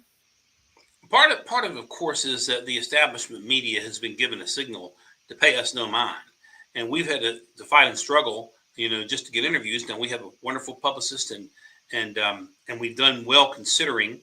But I won't call out any major networks that have made us work like a dog just to get, 1/4 of the time that Whatley has gotten. But in this particular case, the interesting about the poll, it was conducted by a group here in North Carolina called Carolina Journal. Carolina Journal is a middle of the road Republican type of, publication. They're pro Whatley. They had not even used my name once. And then toward the end of November, this poll comes out and shows Whatley and I in a statistical tie against Cooper. Now, that's interesting for a number of reasons. He's outspent us. He has the president's endorsement. Of course, I've got Ann Vandersteel and Sidney Powell and General Mike Flynn and Lieutenant Colonel Alan West, General Jerry Boykin. I have a host of patriots that I wouldn't swap for anybody, and I love you all. And that's making a difference. But this particular organization, Carolina Journal, had not even mentioned my name at all until they published this poll showing me and Whatley both running neck and neck in a statistical tie against Cooper almost a year before the election. Now, what they did not show is significant, and they did not show me and Whatley one-on-one. But my suspicion is you're not going to poll Brown versus Cooper, Whatley versus Cooper, and fail to poll Brown versus Whatley. My suspicion is they're holding that third poll because it's embarrassing to their candidate. And we've seen a number of snap polls on Twitter and other internet sites showing us running away with this thing. Of course, you might argue, well, those aren't quote unquote scientific, but they are certainly a pulse of what the grassroots are saying and feeling here on the ground in North Carolina. So it's interesting. It really is. It certainly is. I look at this as possibly becoming a referendum on the RNC establishment versus grassroots America First. What say you? Well, part of the background here, and maybe useful for your listeners to know, is that, of course, Whatley was the chair of the North Carolina Republican Party before he became the co-chair, or whatever you want to call him, of the National Republican Party, where Laura Trump was kind of babysitting him. But 3 years after the 2020 election fiasco, when we had all the questions about the ballot marking device machines, Dominion, Hart Intercivic, ES&S, Whatley puts himself up for re-election as chair of the North Carolina Republican Party and has the team develop the cell phone app under which the election for the chair would take place, on the cell phone app. And that just ripped the party apart, because that cell phone app, first of all, there's a push toward paper ballots, and especially within the North Carolina Republican Party, the push toward paper ballots. He has a cell phone app. He's running against a patriot named John Kane, and you can't verify anything about it. There were reports that folks outside of the convention hall were voting, even reports of folks outside of the state who can't even be verified as legitimate voters voting in the North Carolina in the chairmanship race in 2023, again, 3 years after the 2020 fiasco. So because of that, the North Carolina Republican Party is split down the middle, probably more than down the middle. And we're split our way because there was so much discussed about that little shenanigan that he pulled. And so a lot of folks don't realize that, but there was already a grassroots against this fellow before the president decided to, I suppose, anoint him. And as far as we know, not only we know he wasn't the president's first choice, because we know Laura Trump was, but above and beyond that, we have credible sources that the president talked to at least two other members of the North Carolina congressional delegation about primarying Tillis. So it's likely that Whatley is probably the president's third or fourth choice. He will get right down to it. He was not selected for the cabinet. There were 15 major cabinet positions. He wasn't one of the 15. He wasn't selected as the White House chief of staff, as we hear that he wanted to be. And so here we are. President, we love the president in many ways, but a number of his endorsements. He endorsed Lindsey Graham. What else do I need to say? And so I tell folks in North Carolina, well, the president endorsed him. I said, well, General Flynn and Dan Vandersteel are with me, and that gets their attention. And then I say, hey, you're going to vote for Lindsey Graham, who moves to North Carolina and runs for the Senate? And they kind of look there with a blank face. And so we just kind of take it with a grain of salt. I think these endorsements are meaning less and less, as reflected in that poll. And I can guarantee you, Carolina General did not want to publish the results of that poll. No, I'm sure they didn't. And frankly, if I was to, assess where these endorsements are coming from, they're coming from right here. This woman right here, Susie Wiles. Susie Wiles, and I'm not, you can comment on this or not, that's totally up to you, but she got honored as the Statesman of the Year by the Florida GOP. But if you really dive into Susie Wiles, she's very well connected into the governor's candidate that got the nod from President Trump, Byron Donalds, who's unfortunately for him, all of his malfeasance and issues that are just surfacing like just bad, dirty laundry is popping up everywhere. And then, of course, you also look at the connection back to the RNC chair, Michael Whatley, his connection to Susie Wiles and so on and so forth. And then you consider Lindsey Graham, who has worked very closely with John McCain, who was very instrumental with his team to bring the Russian dossier collusion hoax nonsense out. So, the nonsense continues, it continues, and it always comes back to the same sewer. So I agree with you. I don't think these Trump endorsements are carrying a lot of weight these days, and Americans are waking up to it because, frankly, they're feeling the pain of these Trump endorsements because we're seeing the establishment swamp continue to flourish, and the lack of accountability and due process for the people who needed it is not forthcoming. So, do you have an opinion on the connectivity of Susie Wiles and some of these endorsements and why they're just not resonating with Americans at this point? I do sort of have an opinion. I can tell you that if you look at the history of this race today, Tillis is the still sitting incumbent senator in North Carolina, and had become extremely unpopular in many ways because he was trying to undermine the president's agenda. Part of that had to do with undermining the president's nominees. And as you know, I've worked with Pete Hegseth in the past, and we worked very closely on at least a couple of military justice cases. And the president wound up pardoning Lieutenant Clint Lawrence, an Army paratrooper, 82nd Airborne. Pete and I worked very closely on together with some other JAG officers as well, not just me, but a team of us were working on the case. And so, but Pete and I became friends during that period of time. And one of the things that that really set me off is that Tillis had promised that he would support the president's nominees coming out of committee. So Pete comes out of the Armed Services Committee, and you would think he was clear. And then at that point, Tillis tried to torpedo that nomination anyway by getting some statement from one of Pete's former sister-in-law, something like that. It didn't go anywhere, but Tillis tried. I jumped in. At that point, there were three candidates in the Republican race. It was me. I jumped in. Another Republican, Andy Nilsen, had been in the race. Andy's now out of the race. A good guy is out of the race, and Tillis, and so we move on into the spring, and General Flynn first endorsed me early June, and has re-endorsed, by the way, and I appreciate that. But not long after that, the president became so disenchanted with Tillis that Tillis dropped out of the race. So when Tillis dropped out of the race, in some ways it changed the dynamic because the principal target number one was already gone. So you ask about Susie Wiles. At that point, our campaign had some communication with the White House, and we were told that we would have an opportunity to make our case before the president endorsed anybody, because he said, I'm going to endorse somebody. And so he went for about a solid month with Laura Trump sort of toying with the idea of it. I never believed she was going to really jump in anyway. I made the public statement. If he jumped in, I would have gone to the beach. She didn't jump in. I didn't think she was going to jump in. So when she did not jump in, then Whatley appears out of the blue, and Trump, I suppose, endorses him or whatever he's done with him. So to answer your question, we were told by the White House we would have an opportunity to make our case. We were never given that opportunity. Not that it would have necessarily made any difference, but we were told that. And so I suspect that your suspicions on how this came about is probably dead on and right on mark. Well, I think that is going to continue to be exposed. It's unfortunate that good Americans who have done well for this country for decades are expendable when it comes to this administration and overlooked for establishment, for status quo, because this runs antithetical to everything that MAGA stood for, what we believe we were going to see after Trump won, when we got Trump back again, and we all worked our tails off to get him back in. Millions of Americans did that. And so I think the level of disappointment at this time can only be outshined by people like you who continue to do the right thing for the right reasons, even when the right people aren't looking or are being persuaded to look somewhere else. So that being said, let's get back to your state, because your state was hit hard after Hurricane Helene. I was there for 10 weeks on the ground.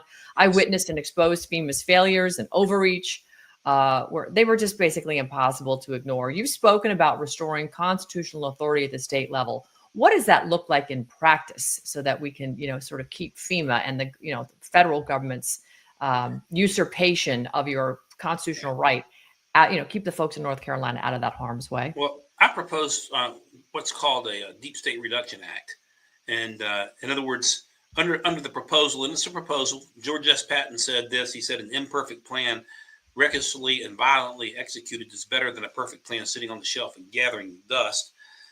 It's kind of in line with what FEMA, Lord have mercy, Elon Musk and Doge proposed when they proposed elimination of 300 out of 400 federal agencies. We need to have a radical approach like that. And if an agency cannot be absolutely justified from the Constitution, it's got to go. And that's for a number of reasons. We have an exploding national debt, $37,000 a second. The national debt continues to explode. And we're going to go off a cliff if we don't arrest it. FEMA is one of the agencies that would go. It would go into the ash heap of history.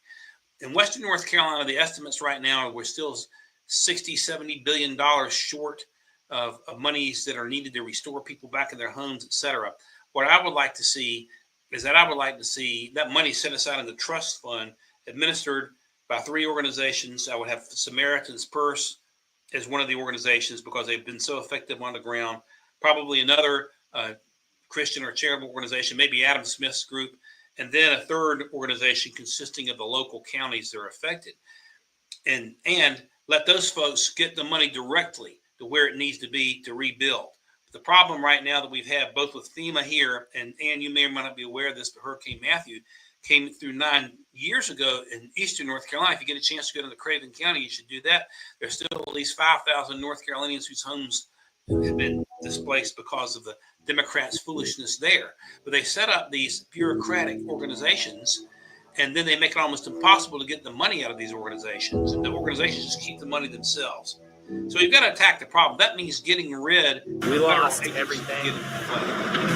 We lost buildings. FEMA's gotten in the way. They come in and they that we have reports of them coming in, when you have churches that have been, well stocked with foods and blankets and mattresses, and people want to take control of the property and determine where it goes. They've been nothing but obstructionists. When Reagan said you got to get the government off and get back to the people, this applies largely to hurricane relief as well. So we're going to try to get something to get. There's a long ways to go. As you may know, Watley was appointed by President Trump as the czar to finish the problem. In the wake of Helene and through my investigation over the following month, it seems it's a tragedy, and my heart goes out to those people. And I still speak to a lot of people on the ground there, and we're looking at some of the most ridiculous, obstructions of people getting their lives leading to more serious questions than answers. 8,000 homes that had small bridges kept on saying they were crossed finding bodies, brooks or streams or just teeny little bodies of water. Questions about and whether they're bridges that were built to support emergency vehicles, etc. But now, because of new statutes and so forth, they've got to build it to interstate highway code, which is $50,000, $60,000 or more. It's insanity. These people don't have the money, and of course they know this. So they're trying to prevent the ability for these people to move back home. FEMA, of course, moving their goalposts of what considers to be flood zone, eliminating the ability for people to rebuild, the constant structure of getting these permits. All of this has really left people in harm's way. And then, of course, child protective services. We'll get to that in a minute. I want to talk about lithium, quartz silicon, rare earth mineral extraction, because again, I looked at what happened in the hurricane. I looked at the Defense Production Act. I looked at the DOD, the Department of Energy, and North Carolina sits on some of the richest lithium quartz deposits in America. But residents fear the environmental destruction, the corporate theft, and the foreign buyouts. What is your position? Would you support the citizen-owned mineral royalty model similar to Alaska's permanent fund? Purchased it in a generator. Got a letter saying that the damage didn't warrant the purchase of the fire. FEMA, on the other hand. Oh, I'm sorry. Is that off? Is that out? You are allowed. Lehman Charlie, as we say in the military, loud and clear. Lehman Charlie. Sorry about that. you're now Lehman Charlie. I heard I heard some questions about rare earth minerals, but I couldn't hear a whole lot of that. Okay. No worries. I thought I had the audio muted. My apologies, because it wasn't playing on my end, so I'm not sure why you would even hear it. I apologize for that. It was good work, though. I'll tell you. Sorry about that. Well, the good news is the audience didn't get distracted with that. But I was talking about your rare earth minerals, your lithium, your quartz. And of course, the folks in your community really do fear environmental destruction, the corporate theft, the foreign buyouts. What's your position? Would you actually support a citizen-owned mineral royalty model like what they do in Alaska with the permanent fund? I think that will be helpful. You think about it, Ann. Well, look at what we've come through with COVID and all of the woke policies that have been that the government has used major corporations to ram down our throats. Mussolini himself said that corporatism is the cornerstone of fascism. Yes. And therefore I believe in local ownership. I'm not talking about in a socialist way, but I mean getting local folks involved in order to protect the resources, to protect the land, to protect the environment. Western North Carolina is a target in many ways. These 25 counties are some of the most precious resources, some of the most precious people, some of the most down to earth and God-fearing, red-blooded Americans that you will find anywhere in the country. And so we're looking at the danger of raping the land through lithium mines, and all the way to overzealous developers trying to come in and change the nature of the land. And so I would be favorable to looking at some sort of model to try to strike that balance. But I want to make sure there are all kinds of concerns about the federal lack of response and the delay. And why is that delay there? They're trying to starve people out so they'll get them out of the area and then come in and eventually try to take the land through eminent domain. That's why I'm saying earlier, you got to find out a way to put together a fund administered by organizations that we can trust. And notice when I said Samaritan's Purse, I'm not, because they have been on the ground, and I trust Franklin Graham with his ability to reach people. I want to find private folks rather than governmental entities to try to get the money out of these folks. So, sure. But I certainly answer your question. Yes, I would favorably look at something like that in order to try to put a block on what appears to be a very dangerous red sign here. Yeah, it really does. And of course, you have to layer on the fact that President Trump and his administration are pushing for a massive, America to be the number one AI country in the world, right? We're going to be it. And we're seeing, we've got a battle right here in my backyard. They want to build the largest data center for AI right here in the backyard of where I live. And you can better believe we're going to be fighting that tooth and nail. It's a strain on our water resources, on the environment, on the indigenous creatures that live around here. And of course, I have to ask myself, is AI, the new push for AI, considering we now know, the gatekeeper of climate change himself, Bill Gates, all of a sudden miraculously decided, the climate's fine, no worries at all. But you know what? AI is where it's at. So to me, I feel like we're exchanging one giant taxpayer NGO money laundering hoax for another. Right. Where do you see all this stacking up?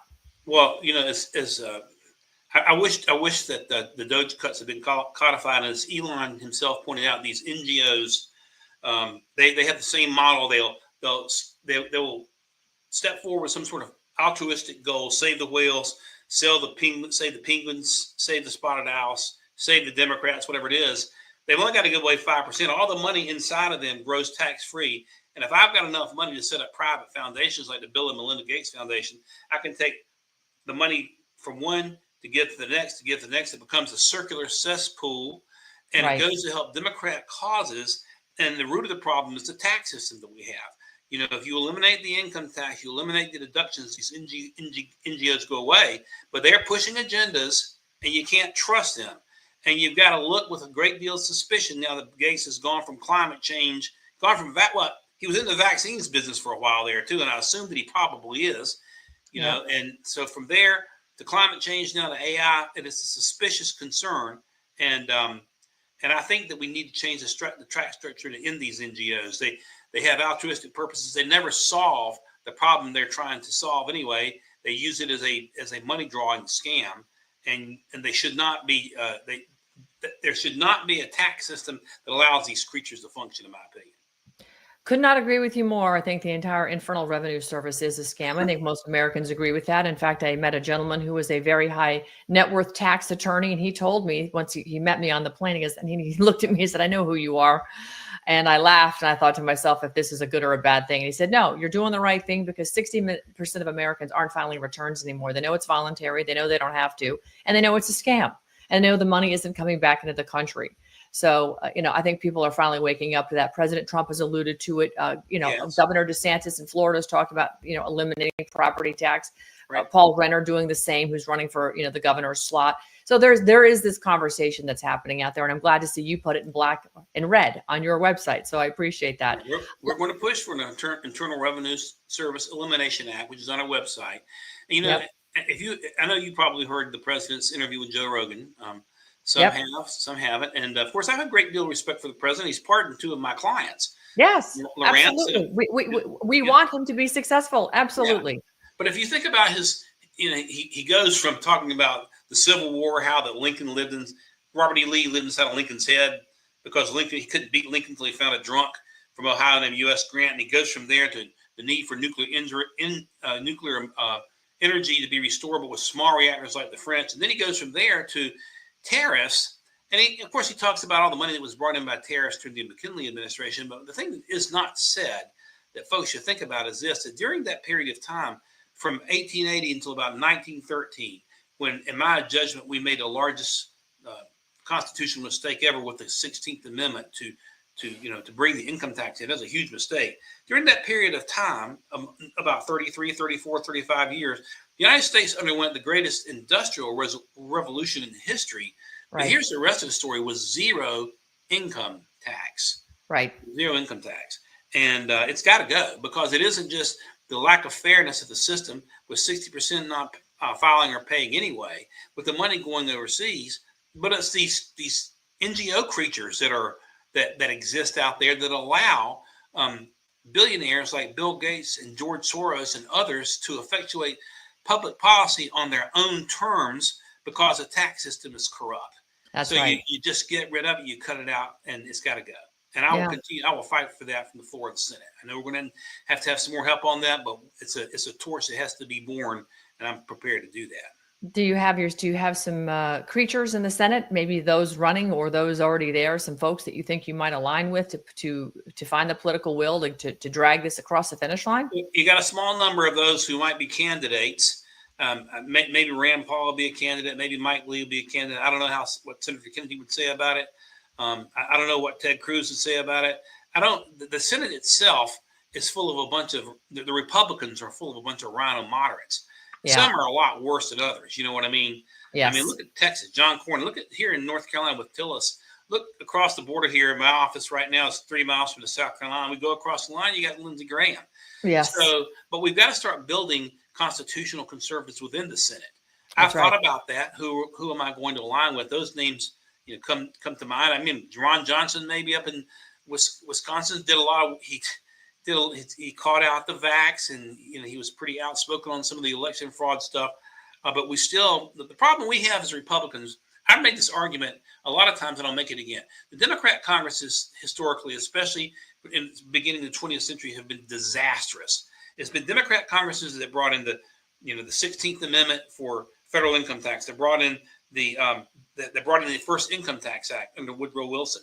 That brought in the Federal Reserve Act, all in that one swoop. And then you move into the 1930s with Franklin Roosevelt and the New Deal, and that's when the deep state began to explode. And then you have Lyndon Johnson with the Great Society in the 60s, and then you have Obamacare. Those are four huge moves from Democrat Congresses that have basically changed who we are and turned us into a monopolistic. What's the word? Monopolistic. I'm looking for that word. Deep state with these creatures with tentacles. But Republican Congress has been weak. When we've had control of Congress, we have failed to eradicate the Democrats' damage. And you go back, and if you want one example of that, look at McCain with Obamacare. And we have to have the Constitution calls for the Congress to step up as the first branch of government. And we've had weak Republican leadership. We're going to have to go after this deep state and take it out. And they're going to cry and whine. It's like they said about Margaret Thatcher. They called her the milk snatcher. But we're going to have to take away Obamacare. We're going to have to take away Obama phones. We're going to have to take away all these goods and services they think they're entitled to. And it's going to mean a war to do it. But if we don't do it, we're going to lose $1. And if we lose $1, here's what's going to happen. And if you go back and you look in history, every major nation that's ever controlled the earth has had the dominant currency of the earth. You read the New Testament, the Romans had the denarius. And then the President Trump talks about a golden age. He's talking about the Dutch. The Dutch had the gilding. A couple of months ago, we had Columbus Day. The Spanish had the peso. The British, they said that the sun would never set on British soil, had the pound sterling, which fell to the dollar at Bretton Woods. Day starting out great, and watch the weight just fall off. Watch the energy increase, the brain fog lift, and of course the answer. And I think that we need to change the track structure to end these NGOs. They have altruistic purposes. They never solve the problem they're trying to solve anyway. They use it as a money drawing scam, and they should not be. There should not be a tax system that allows these creatures to function, in my opinion. Could not agree with you more. I think the entire Internal Revenue Service is a scam. I think most Americans agree with that. In fact, I met a gentleman who was a very high net worth tax attorney, and he told me once he met me on the plane, he looked at me and said, "I know who you are." And I laughed, and I thought to myself, if this is a good or a bad thing. And he said, "No, you're doing the right thing, because 60% of Americans aren't filing returns anymore. They know it's voluntary. They know they don't have to, and they know it's a scam, and they know the money isn't coming back into the country." So, I think people are finally waking up to that. President Trump has alluded to it. Yes. Governor DeSantis in Florida has talked about, eliminating property tax. Right. Paul Renner doing the same, who's running for, the governor's slot. So there is this conversation that's happening out there. And I'm glad to see you put it in black and red on your website. So I appreciate that. We're going to push for an Internal Revenue Service Elimination Act, which is on our website. And, Yep. I know you probably heard the president's interview with Joe Rogan. Some have, some haven't. And of course, I have a great deal of respect for the president. He's pardoned 2 of my clients. Yes, Lawrence, absolutely. We want him to be successful. Absolutely. Yeah. But if you think about he goes from talking about the Civil War, how that Robert E. Lee lived inside of Lincoln's head because he couldn't beat Lincoln until he found a drunk from Ohio named U.S. Grant. And he goes from there to the need for nuclear energy to be restorable with small reactors like the French. And then he goes from there to tariffs. And of course, he talks about all the money that was brought in by tariffs through the McKinley administration. But the thing that is not said that folks should think about is this, that during that period of time, from 1880 until about 1913, when, in my judgment, we made the largest constitutional mistake ever with the 16th Amendment to bring the income tax in. That was a huge mistake. During that period of time, about 33, 34, 35 years, The United States underwent the greatest industrial revolution in history. But Right. here's the rest of the story: was zero income tax. Right. Zero income tax. And it's got to go, because it isn't just the lack of fairness of the system, with 60% not filing or paying anyway, with the money going overseas, but it's these NGO creatures that exist out there that allow billionaires like Bill Gates and George Soros and others to effectuate public policy on their own terms, because the tax system is corrupt. That's so right. you just get rid of it, you cut it out, and it's got to go. And I will continue. I will fight for that from the floor of the Senate. I know we're going to have some more help on that, but it's a torch that has to be borne, and I'm prepared to do that. Do you have some creatures in the Senate, maybe those running or those already there, some folks that you think you might align with to find the political will to drag this across the finish line? You got a small number of those who might be candidates. Maybe Rand Paul will be a candidate. Maybe Mike Lee will be a candidate. I don't know what Senator Kennedy would say about it. I don't know what Ted Cruz would say about it. The Senate itself is full of a bunch of, the Republicans are full of a bunch of rhino moderates. Yeah. Some are a lot worse than others. You know what I mean? Yes. I mean, look at Texas, John Cornyn. Look at here in North Carolina with Tillis. Look across the border here. My office right now is 3 miles from the South Carolina. We go across the line, you got Lindsey Graham. Yes. So, but we've got to start building constitutional conservatives within the Senate. That's I've thought about that. Who am I going to align with? Those names, come to mind. I mean, Ron Johnson, maybe up in Wisconsin, did a lot of, he caught out the vax, and he was pretty outspoken on some of the election fraud stuff. But we still, the problem we have as Republicans, I've made this argument a lot of times, and I'll make it again. The Democrat Congresses historically, especially in the beginning of the 20th century, have been disastrous. It's been Democrat Congresses that brought in the 16th Amendment for federal income tax. They brought in the First Income Tax Act under Woodrow Wilson. That brought in the Federal Reserve Act, all in that one swoop. And then you move into the 1930s with Franklin Roosevelt and the New Deal, and that's when the deep state began to explode. And then you have Lyndon Johnson with the Great Society in the 60s, and then you have Obamacare. Those are four huge moves from Democrat Congresses that have basically changed who we are and turned us into a monopolistic. What's the word? Monopolistic. I'm looking for that word. Deep state with these creatures with tentacles. But Republican Congress has been weak. When we've had control of Congress, we have failed to eradicate the Democrats' damage. And you go back, and if you want one example of that, look at McCain with Obamacare. And we have to have the Constitution calls for the Congress to step up as the first branch of government. And we've had weak Republican leadership. We're going to have to go after this deep state and take it out. And they're going to cry and whine. It's like they said about Margaret Thatcher. They called her the milk snatcher. But we're going to have to take away Obamacare. We're going to have to take away Obama phones. We're going to have to take away all these goods and services they think they're entitled to. And it's going to mean a war to do it. But if we don't do it, we're going to lose $1. And if we lose $1, here's what's going to happen. And if you go back, Anna, you look in history, every major nation that's ever controlled the earth has had the dominant currency of the earth. You read the New Testament, the Romans had the denarius. And then the President Trump talks about a golden age. He's talking about the Dutch. The Dutch had the gilding. A couple of months ago, we had Columbus Day. The Spanish had the peso. The British, they said that the sun would never set on British soil, had the pound sterling, which fell to the dollar at Bretton Woods. And we're an economic superpower because of the dollar. But we just keep exploding the debt and exploding the debt. And once the dollar collapses, because we don't have the discipline to reduce the debt. See, it doesn't matter just slowing the rate of spending. Yeah, we slowed the rate of spending since Biden was in from about $55,000 a second, the debt exploding, increasing in that now to about $37,000 a second. I was going up to Asheville about a month ago. Anna, you've probably seen this site. It's usdebtclock.org. Yes. Yeah, and so usdebtclock.org. I'd encourage your listeners and viewers to go there. You can see the debt exploding in front of your own eyes. And I was going up to Asheville, and I was watching that clock, and I set my cell phone for 1 minute. A minute later, there you go. A minute later, the alarm goes off. The debt had increased by $2 million in 1 minute. Yeah. And that's in 1 minute. $2.8 billion a day, 37,000 a second. You see, we are still losing the war, even with Republican Congress, because we haven't reversed that. We've got to reverse that, or we're going to lose our country. You know what's going to happen? Once the dollar implodes, and there's a conglomerate of nations, BRICS, that's Brazil, Russia, India, China, South Africa, and others trying to attack the dollar and replace it. They're not going to replace it with another paper currency. It's not going to be the pound sterling and the Canadian dollar or the franc or the euro dollar or anything. No, they're going to want to replace it with something called central bank digital currency.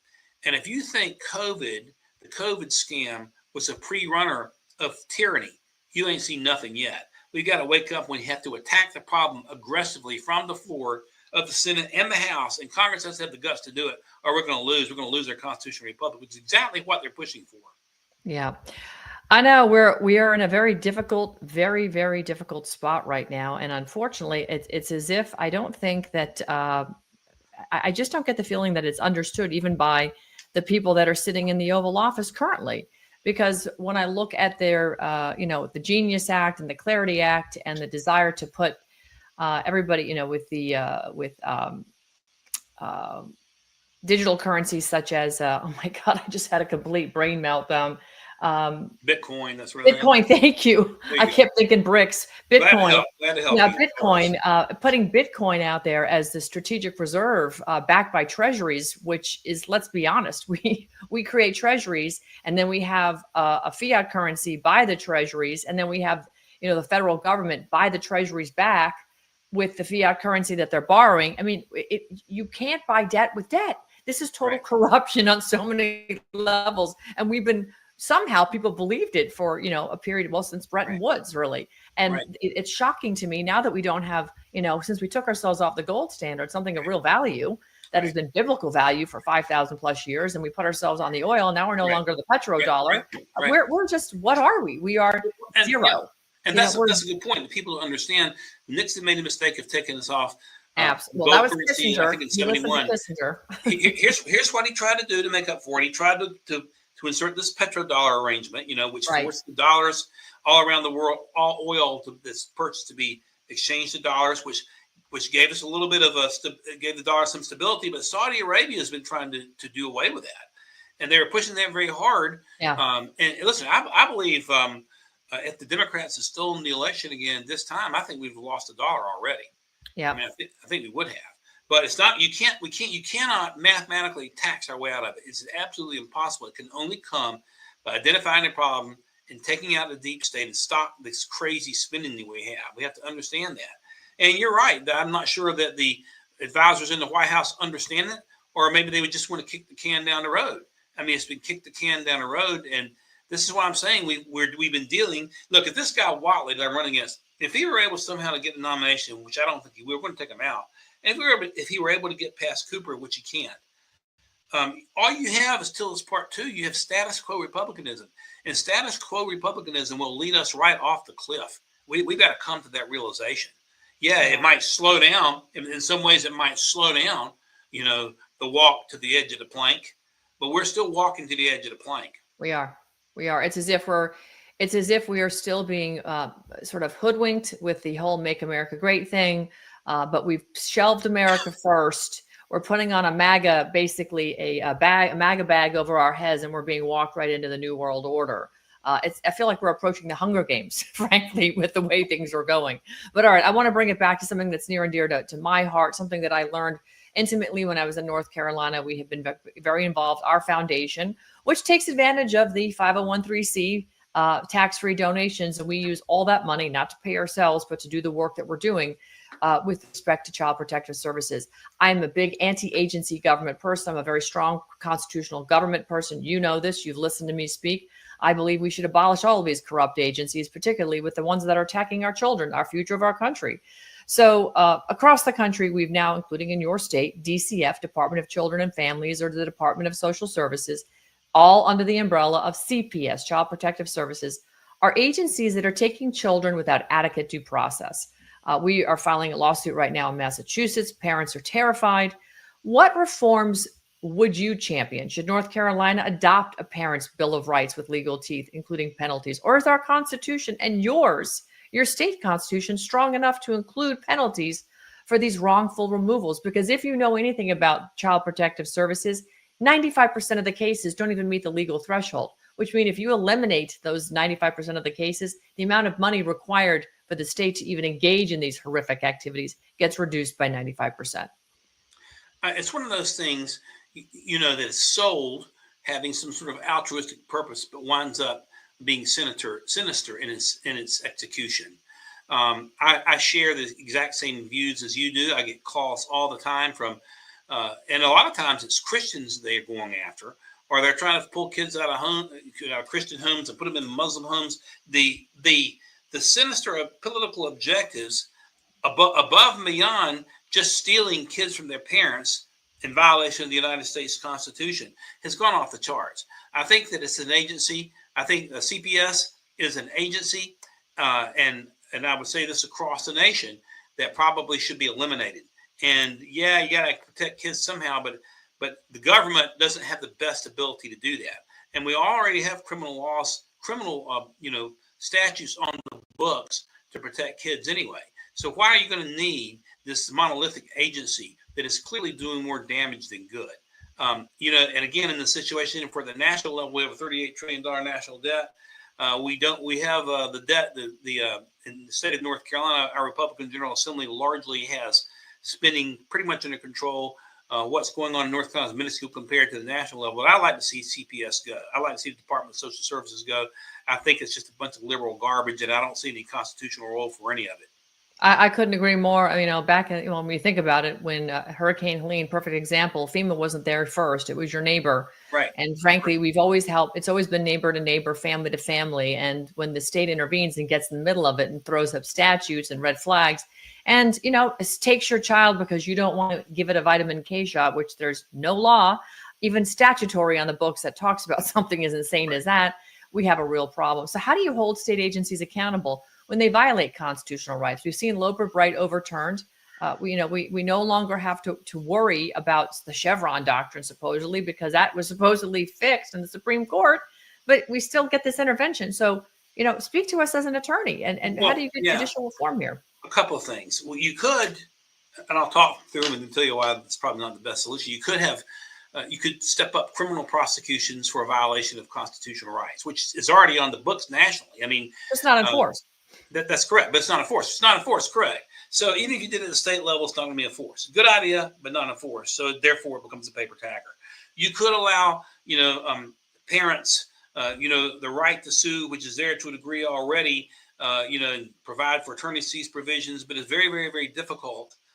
Even if I give you the right to sue and I give you some pretty heavy teeth in the penalty phase, punitive damages, right to attorney's fees or whatever, the lawsuits are still a monstrosity for the average person to deal with. Therefore, it isn't practical. The practical thing is to cut the funding. Right. The practical thing is to take, a meat cleaver to these agencies and just get rid of them. That is the quickest, the best, the only way to provide for relief. But it also puts more pressure on the elected representatives. Now, I say pressure. For me, I'm glad to do it, but some don't want to do it. They would rather pass these paper tiger solutions that I suggested earlier, or point to the fact that the federal government could, if it wanted, prosecute for deprivation of a constitutional rights under the color of your office. And by the way, I think, off top a little bit, Fannie Willis, Jack Smith, Letitia James, and Alvin Bragg ought to be prosecuted under that by Pam Bondi already. But you see, that applies to state actors as well. But it isn't happening. So it's a matter of cutting the agency and eliminating it. That is the only and the most effective solution to providing relief. Well, you went there, so I'm going to go there. You brought up the name Pam Bondi. Thumbs up or thumbs down right now? Say that again. Pam Bondi. Thumbs up or thumbs down? Is she doing the job that we wanted, or is she doing the job that you wanted? I'm disappointed, extremely disappointed. We've seen zero. Look, all right, look. So we had indictments against Comey and against Letitia James, which were dismissed without prejudice. But we should never be in a position where they were dismissed at all because they didn't get the indictments in within 120 days. And of course, the judge's ruling was a suspect there. And you can bring it back against Letitia James. Comey's going to have a statute of defense argument that he will raise. But where are the prosecutions? I'm extremely disappointed that we haven't seen prosecutions. You can't let these clowns get away with what they get. What I'm talking about now, I wrote a book called Kangaroo Court, which I'll send you a copy. You text me your address offline. I'll send you a copy of it. But we look at not just the Trump prosecutions, but a number of other prosecutions the Democrats have brought about. Really going back 30 years. For example, they prosecuted Rick Perry when he was governor of Texas for vetoing a bill, which he was able to do under the Texas Constitution. You may remember the governor of Virginia, Bob McDonnell. They prosecuted him and his wife for extortion because the governor accepted a gift which he was allowed to do under Virginia law, and he disclosed it. They were convicted. He and his wife were convicted. That was reversed 8-0 by the U.S. Supreme Court after $27 million. But they've gone after average Americans too. You may remember the McCloskeys. Mark. Yes, I know the McCloskeys. Yeah, good people. Yeah, these are average people. And and that was Kimberly Gardner, by the way, who was a Soros prosecutor. Yep. These prosecutors need to be prosecuted. Yes. And the theme of my book is it's time to prosecute the prosecutors because they have bastardized our court system. Where's Pam Bondi? I've seen up or down. So since you served as both a federal prosecutor and a JAG officer, how does this background then prepare you to confront this kangaroo court corruption inside our federal and state agencies? What do we do here? Because from where I'm sitting, we don't have enough leverage inside the House, inside the Senate, to actually affect some impeachment of these people. These people need to be, these federal judicial judges need to be impeached, starting with them. And then we got to get the people in the states to do the same thing. The state legislatures, we've got to clean up our backyard. But like you just said, Soros has done a great job of financing and getting all these people. And we now know through the election theft. I mean, Sydney's work that she's done, the work that Byrne is releasing, and others on this, on what's going on in Venezuela, it's all coming to a head right now. We know it, we understand the theft.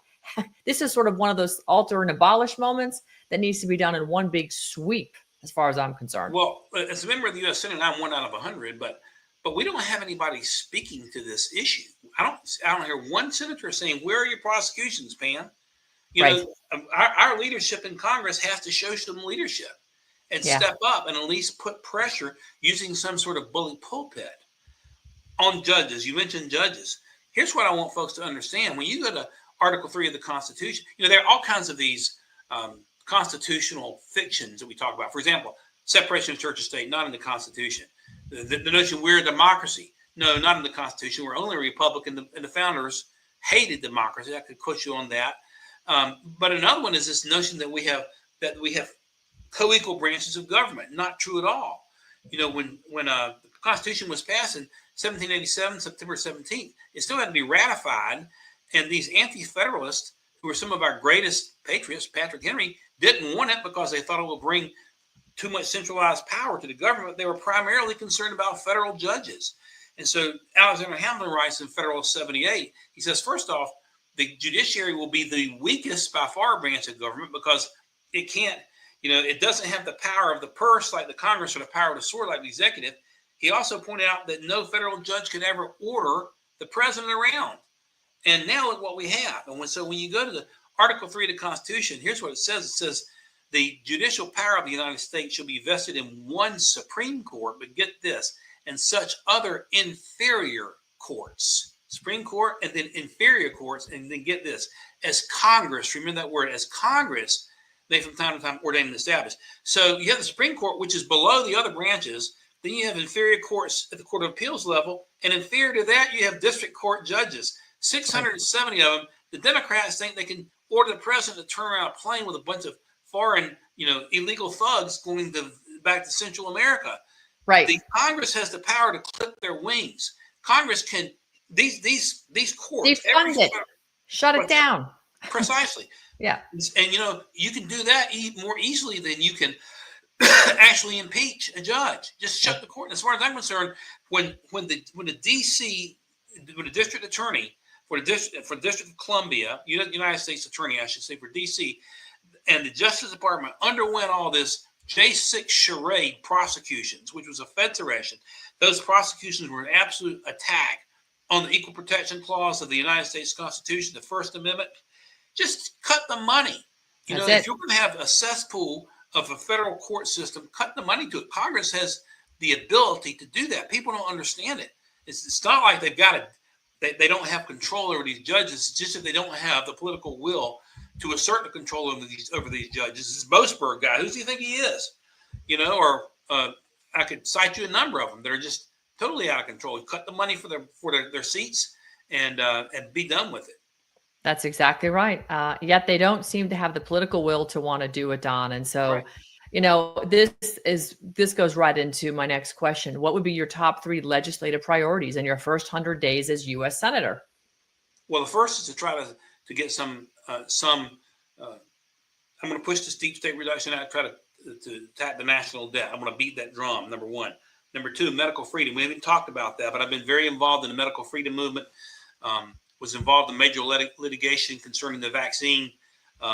Sued Savannah River Nuclear Solutions on behalf of about 78 plaintiffs, mostly nuclear engineers from the Biden administration. They threatened to cut Department of Energy money to that contractor if they didn't force their folks to take the jab. We took that all the way to the Fourth Circuit before Biden backed down. And I'm going to push for vaccination and mass protection at the federal level so that never again can any private employer or governmental entity force you to put anything in your body that you want to put in your body. And It's absolutely ridiculous. It is. That includes not just vaccinations, it includes microchips. And the World Economic Forum is already talking about microchip insertion. I'm going to stand for medical freedom. I've been in touch with Simone Gold. We talk from time to time. Right. But we're going to battle for that. Nobody else is talking about that. The third is getting these out of control federal judges in control. So I'm going to push for a Judicial Separation of Powers Act to remind these judges of their limitations under Federalist 78, that they are the inferior branch. They don't have power over the executive, and specifically to remove any authority that they think they have, which they don't anyway, over immigration and naturalization and over the U.S. military. So you're looking at attacking the debt with a Deep State Reduction Act. You're looking at medical freedom, and you're looking at reining these federal judges in. That's where I would start. Right. We go a long ways from there. I can tell you that. Well, if we can rein these federal judges in, it's going to be huge for freedom fighters around the country, frankly, because we're all hamstrung. Nothing made me happier when I saw President Trump give Boasberg the Heisman and turn that plane and ignore his instructions to turn a plane around full of Tren de Aragua on its way to El Salvador prisons. If you go back to the Civil War, the classic cases, and Lincoln read the Federalist Papers. So you had a Confederate sympathizer named John Merriman, who was being held at Fort McHenry. You remember Outspoken, you see from the Star Spangled Banner, Fort McHenry. And the Supreme Court had 5 members. The Chief Justice was Roger Taney. They issued a habeas corpus to Lincoln to take the sympathizer out of the Confederate of the prison and bring him before the Supreme Court. In other words, remove Merriman from Fort McHenry and bring him before the court so we can have a trial. You know what Lincoln did? That order, he just ignored it. Lincoln understood the limitation of the court's power. Right. Trump, he did ignore Boasberg's order, and correctly.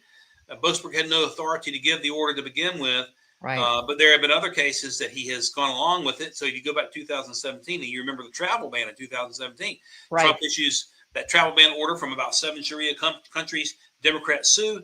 They have a judge up in Washington, Judge Robards, and then in Hawaii, Derek Watson, who was Obama's law school classmate, deemed it unconstitutional. The Ninth Circuit says unconstitutional.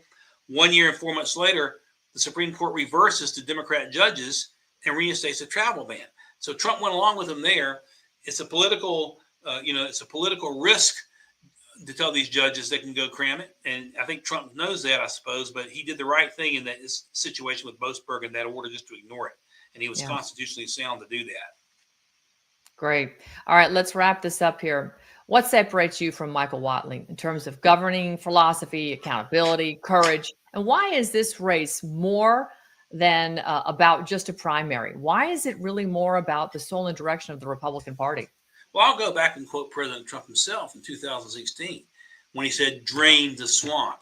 And you and I know it needs to be drained. And here's what President Trump says specifically. We need to get lobbyists out of government. Bingo. Michael Whatley has been a lobbyist. Okay. Yep. I'm a military officer.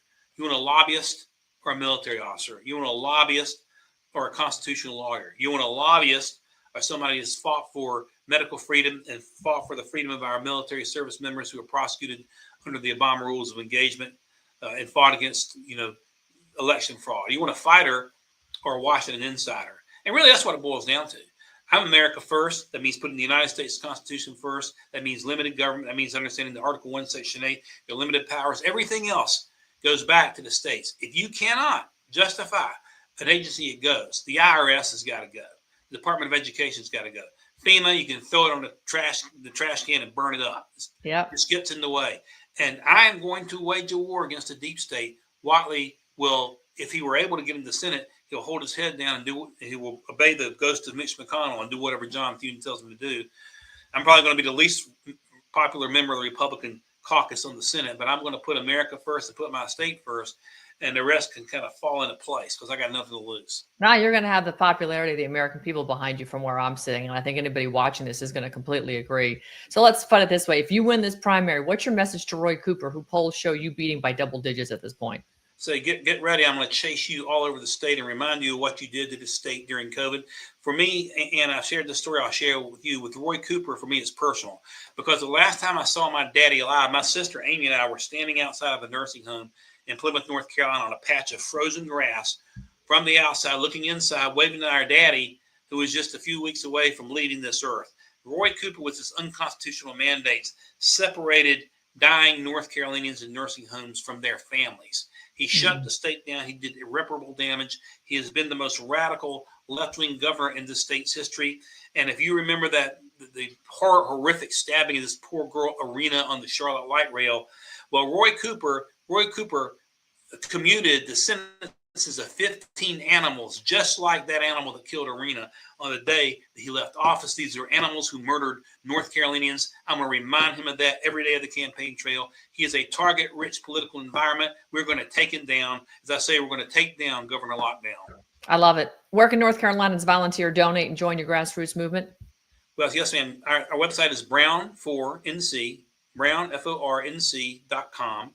You can go in there and contact us. You can send us $25, $50, up to $3,500 if you wanted to. But, we're grateful for anything and everything we can get. We are fighting a machine. We're fighting a fundraising establishment machine that wants to preserve the status quo. And we cannot survive much longer on the status quo. We've got to make a change. And we don't have a lot of time in. So please go to brown4nc.com. Help us any way you can. We need your money, but we also need, this is going to be a grassroots effort in the primary like the state has never seen. And a lot of people are going to be surprised, some pleasantly so. I love it. So what's your final message then to the voters who feel ignored by the political establishment? Well, you are ignored by the establishment. I'm ignored by the establishment. I mean, they're obviously, they're more concerned about preserving the Washingtonian cesspool than about whether we keep our jobs in North Carolina. They could care less about the cost of living. Yes, we've gotten gasoline down, but food prices are too high. We do that by attacking regulation. And the establishment on both sides are ignoring us. I will not ignore. I'm standing with our shrimpers in the eastern part of the state. They try to shut our shrimping businesses down. I'm standing with our mountain counties and our eastern counties that have been neglected by the federal and state government through these hurricane disasters. And we're going to bring this government back to the people. The three most important words of the United States Constitution are in the preamble: we the people. And that's what this campaign is about. It's about putting North Carolinians first and putting Americans first, not the deep state swamp in Washington, D.C. or in Raleigh. This is such fantastic news. I love the energy you brought to this interview, Don. I can't thank you enough for joining me today. In America, this is the Senate race. That's a preview of 2026, frankly, from where I'm sitting. The people are rising, the establishment's panicking, and today we heard exactly why. Don Brown, thank you for joining us on Steel News today. Thank you, and I hope to see you again real soon. Thank you so much. Absolutely. All right, everybody. I appreciate you tuning into this very important segment. This has been Don Brown from North Carolina, U.S. Senate candidate. Don, one more time, your website. Where can folks find you? Brown, the word brown, the word for, brown4nc.com. That's brown4, FORNC.com. All right. And now a word from our sponsor. Thanks for tuning in. Hi, I'm Ann Vandersteel. I want to talk to you a little bit about your health.